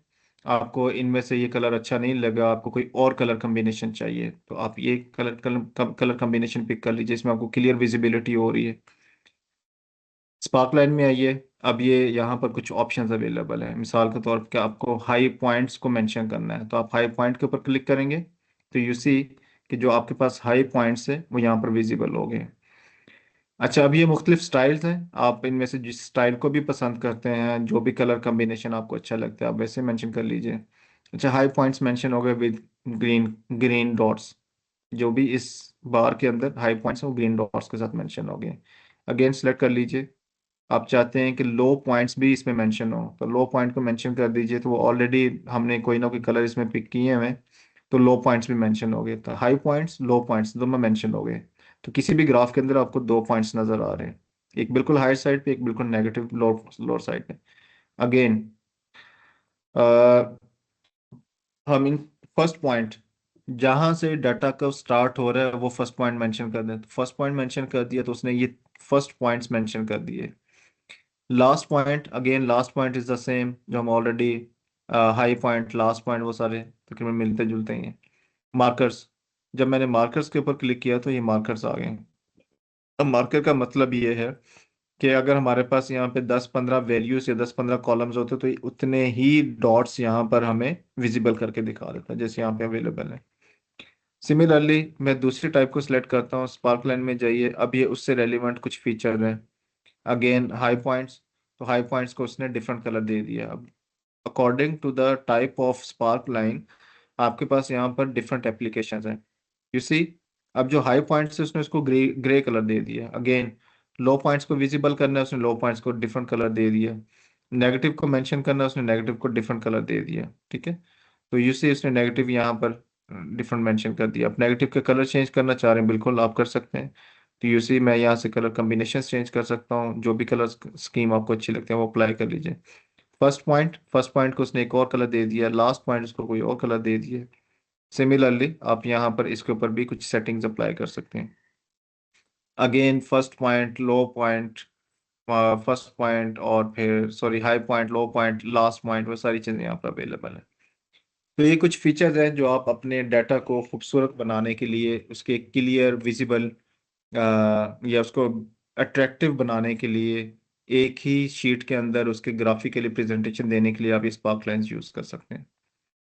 सो आई होप कि आपको इसकी क्लियर अंडरस्टैंडिंग होगी ये क्यों, किस सिनेरियो में अप्लाई होता है और हम इसको कैसे फॉर्मेटिंग के कॉन्टेक्स्ट में बदल सकते हैं। So this is all from my side. हमारे 3 टॉपिक्स आज के कवर हो गए हैं। अब अगर आपका कोई क्वेश्चन है आप पूछ सकते हैं।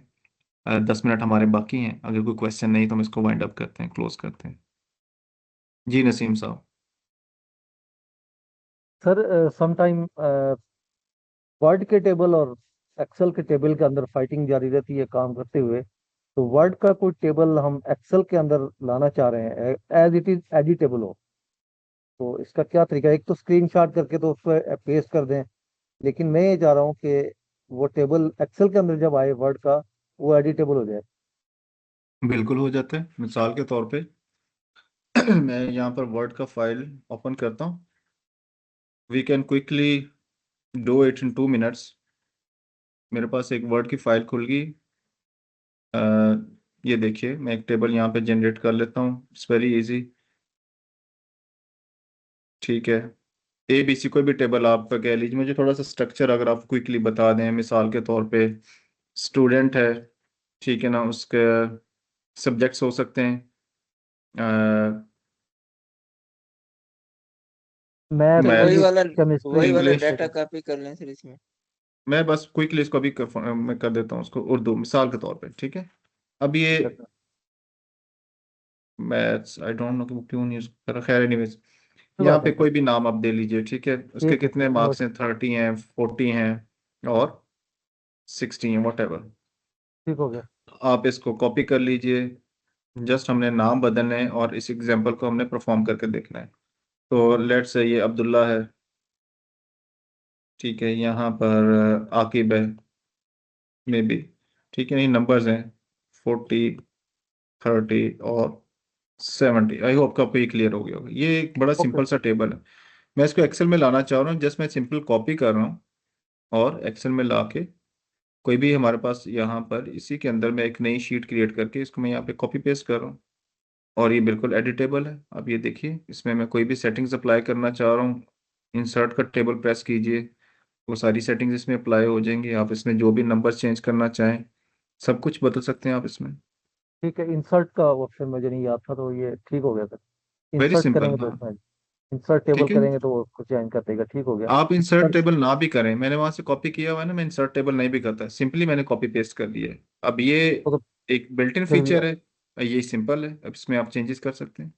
Right right okay. ठीक है। सर एक एक्सेल की शीट है, और एक्सेल की शीट में एक्सेल की वर्कबुक है, उसके अंदर 5 या 6 शीट जितनी भी हों, 1 2 3 4 शीट उसमें ऐड है। और जब हम पीडीएफ बनाते हैं तो पीडीएफ सर पूरे उस एक्चुअल फॉर्मेट के ऊपर क्यों नहीं आती? वो फिर शीट 1 करता है, फिर 2 करता है, फिर 3 करता है। देखिए, इट्स वेरी ऑब्वियस। ऑब्वियस के अगर मेरे पास ये 5 शीट्स जो आपके सामने नज़र आ रही हैं, अगर मुझे इसको पीडीएफ में कन्वर्ट करना है तो मुझे, इफ़ यू रिमेंबर, तो हमने लास्ट क्लास के अंदर पेज सेटअप की एक पूरी एक्सरसाइज की थी कि आपने जी जी। अपने प्रिंट एरिया को कैसे एडजस्ट करना होता है और उसको पीडीएफ में कैसे कन्वर्ट करना होता है। इसके ऊपर हमने पूरी एक एक्सरसाइज की थी फ्रॉम ए टू जी। तो उसमें आप जिस शीट की सेटिंग करेंगे और जहां पर आप, मैं मिसाल दे रहा हूँ, अगर मैं इस एक्सेल की फाइल के अंदर मेरी 6 शीट्स हैं और मैं इसको प्रिंट की कमांड दे देता हूँ, तो व्हाट डू यू थिंक कि ये मुझे जो शीट मेरे सामने खुली है उसका प्रिंट देगा या इन सब का प्रिंट देगा? सबका देगा, अगर सेलेक्ट सारी की है तो सबका नहीं, करेगा।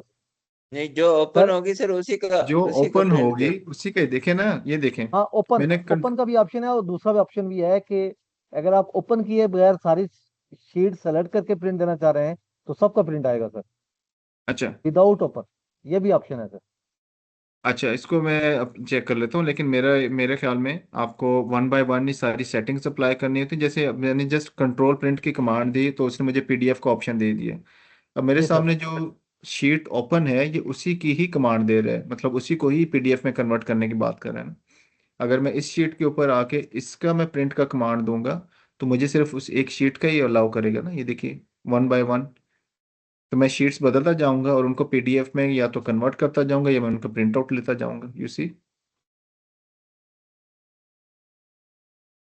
अच्छा, जो बात आप कर रहे हैं ना, वो भी जी सर। एक पॉसिबिलिटी होती है कि अगर आपके फोल्डर में 10 20 40 50 फाइल्स पड़ी हुई हैं और सबकी सेटिंग्स हुई हुई हैं, फॉर्मेटिंग अप्लाई हुई हुई है, तो आप एक ही क्लिक के ऊपर सबको प्रिंट में लेके आ सकते हैं। और यस इसकी सर। मेरे ख्याल में पीडीएफ में भी कन्वर्ट हो सकता होगा, लेकिन उसकी मुझे लगता है कि बैकएंड पे आपको कोडिंग करनी होती है, मैक्रोस में जाके आप ये काम को परफॉर्म करते हैं, जो मुझे याद पड़ रहा है। मे बी कोई डिफरेंट पैटर्न भी हो। लेकिन मैंने आपके सामने अभी परफॉर्म करके दिखा दिया कि जो चीज़ मेरे सामने विजिबल है, जो खुली हुई है, फॉर द फर्स्ट टाइम वो आपको उसी का ही ऑप्शन देगा, या तो प्रिंट करने का या उसको पीडीएफ में कन्वर्ट करने का। एडिशनली अगर आप चाहते हैं कि नंबर ऑफ फाइल्स भी एक ही गो में प्रिंट आउट हो जाएं, तो उसके ऊपर मेरे ख्याल में मैक्रो अप्लाई होता है। आप कोडिंग करते हैं, उसके बाद फिर नहीं सर, से नहीं सर, कोडिंग की भी जरूरत नहीं पड़ती। आप सिंपल ये फाइल सारी सेलेक्ट करें और सर प्रिंट के कमांड में जाएं और वो सारी प्रिंट करना शुरू कर दें। मैं ट्राई करूंगा, मैंने कभी ट्राई किया नहीं इस तरह से, हो सकता है पॉसिबल हो। बड़ा अच्छी कमांड है सर ये वाली। चलिए अदरवाइज फिर, ठीक। हाँ जी सर। ठीक। तो थैंक उसका यू फिर कोई फॉर ऑप्शन शेयरिंग। नहीं है, फिर पीडीएफ वाला सर कोई ऑप्शन नहीं होगा फिर, है सारी शीट नहीं उसमें मैंने आ जाएंगी। नहीं, मेरे मेरे ख्याल में मैंने अभी आपके सामने इसको परफॉर्म किया है, तो मुझे सिर्फ एक ही शीट को पीडीएफ में कन्वर्ट करने का ऑप्शन दे रहा है। ठीक है सर, ओके, थैंक यू, बहुत ठीक है। So any other question? जी हारून साहब। अच्छा सर, मेरा ये स्पार्क क्लाइंट के हवाले से नंबर है जी आपसे। जी। ये बता दें कि इसमें जो वैल्यूज हैं, ये जितनी हम चेंज करते जाएंगे तो स्पार्क क्लाइंट ऑटोमेटिकली चेंज होती जाएंगी ना? बिल्कुल, ये देखिए मैं और ई कॉलम के दूसरी अंदर। बात ये, मेरा ये हम्म। क्लाइंट जो है, इसमें जो वैल्यूज हैं तो वो हम किस तरह एंटर कर सकते हैं वैल्यूज किस कि तरह ये जो एंटर कर स्पार्क सकते हैं? क्लाइंट है इनके साथ वैल्यूज भी आ जाएं? जी, नहीं, इसके अंदर वैल्यूज भी आ जाएं। ये जो स्पार्क क्लाइंट है इसमें जो है, तो ये जो डिफरेंट पॉइंट्स हैं ये तो हमारे मंथ की इनकम को शो कर रहे हैं। तो इसी हम्म। में जो है, तो इन्हीं पॉइंट्स पे मैं कहता हूँ कि वैल्यूज भी आ जाए, तो वो वैल्यूज किस तरह आ सकती है? अ, मुझे ऐसा कोई फंक्शन मिला नहीं, मेरे ख्याल में ऐसा कोई फंक्शन होगा भी नहीं। द रीजन इज कि एक तो ये बिल्कुल एक सेल के अंदर आपको एक प्रेजेंटेशन दे रहा है सारी इंफॉर्मेशन की, विद इन अ सेल। और उसमें अगर हम नंबर्स भी ऐड अप करते चले जाएंगे, तो नंबर्स ऑलरेडी हमारे पास यहाँ पे विजिबल हैं। ठीक है, अगर हम ग्राफ बनाते हैं चार्ट के अंदर जाके, तो ये है मल्टीपल ऑप्शंस कि आप कोई भी चार्ट ग्राफ बनाते हुए आप उसमें वैल्यूज को, लेबल्स को हाइड कर दें, उसके ऊपर मेंशन कर दें। लेकिन यहाँ पर आपने देखा है कि मैंने जब स्पार्क लाइंस के सारे फीचर्स भी चेक किए, तो कहीं पे वैल्यूज का कोई ऑप्शन नहीं है। या तो कलर चेंज करने का ऑप्शन है, या उसमें लो और हाई पॉइंट को विजिबल करने का ऑप्शन है, या फर्स्ट या लास्ट पॉइंट को विजिबल करने का ऑप्शन है। आपने देख ली सारे फंक्शंस में। तो वैल्यूज का जी ऑप्शन मेरे ख्याल में यहाँ पे हमारे पास है नहीं, और उसके कोई मेरे ख्याल में लॉजिक भी नहीं बनती। द रीजन इज कि ये विद इन सेल जो एक ग्राफिकली प्रेजेंटेशन का एक जो ऑप्शन है, वो सिर्फ आपको विजुलाइज करवाना है कि आपका ट्रेंड क्या है। मेरी लॉजिक ये है, बेस्ड ऑन द जो फंक्शंस अवेलेबल हैं उसके बेस के ऊपर मैं ये बात कर रहा हूँ कि यहाँ पर अगर इसके ऊपर हम वो लेबल्स भी एडजस्ट कर देंगे, तो लेबल्स ऑलरेडी हमारे पास यहाँ पे विजिबल हैं। तो मेरा जी। ख्याल है कि यहाँ पे वो फिर शायद ऑप्शन ना हो। और यहाँ पे इसके अंदर भी नहीं है हमारे पास, ये जो इसके फीचर्स अवेलेबल है इसके अंदर भी नहीं है। चलें, ओके, ठीक, थैंक यू। ठीक है। तो एनी अदर क्वेश्चन? जी साकिब, हारून साहब का हाथ अभी भी खड़ा है, मेरे ख्याल में उन्होंने क्वेश्चन कर लिए। नहीं सर, मेरा कोई सवाल नहीं है। ओके, ठीक है। सो अगर कोई क्वेश्चन नहीं है, तो इसका मतलब ये है कि आपको ये काफ़ी चीज़ें समझ में आ गई हैं, इजी थी, और आप अप्लाई कीजिएगा। इसके वाले से मैं कोई असाइनमेंट भी देखता हूँ, इंशाल्लाह आपको असाइनमेंट भी मिल जाएगी। और हम इसको फिर वाइंड अप करते हैं इंशाल्लाह आज के लिए। नेक्स्ट क्लास फिर हमारी इस पर स्केड्यूल प्लानर के मुताबिक इंशाल्लाह फिर वो मेरे ख्याल में वेडनेसडे को ही होगी इंशाल्लाह। So thank you signing sir. Off, have good weekend, अल्लाह हाफिज़। अल्लाह थैंक यू हाफिज़ सर, सर। अल्लाह हाफिज। थैंक यू सर, बहुत शुक्रिया। थैंक यू, अल्लाह हाफिज़।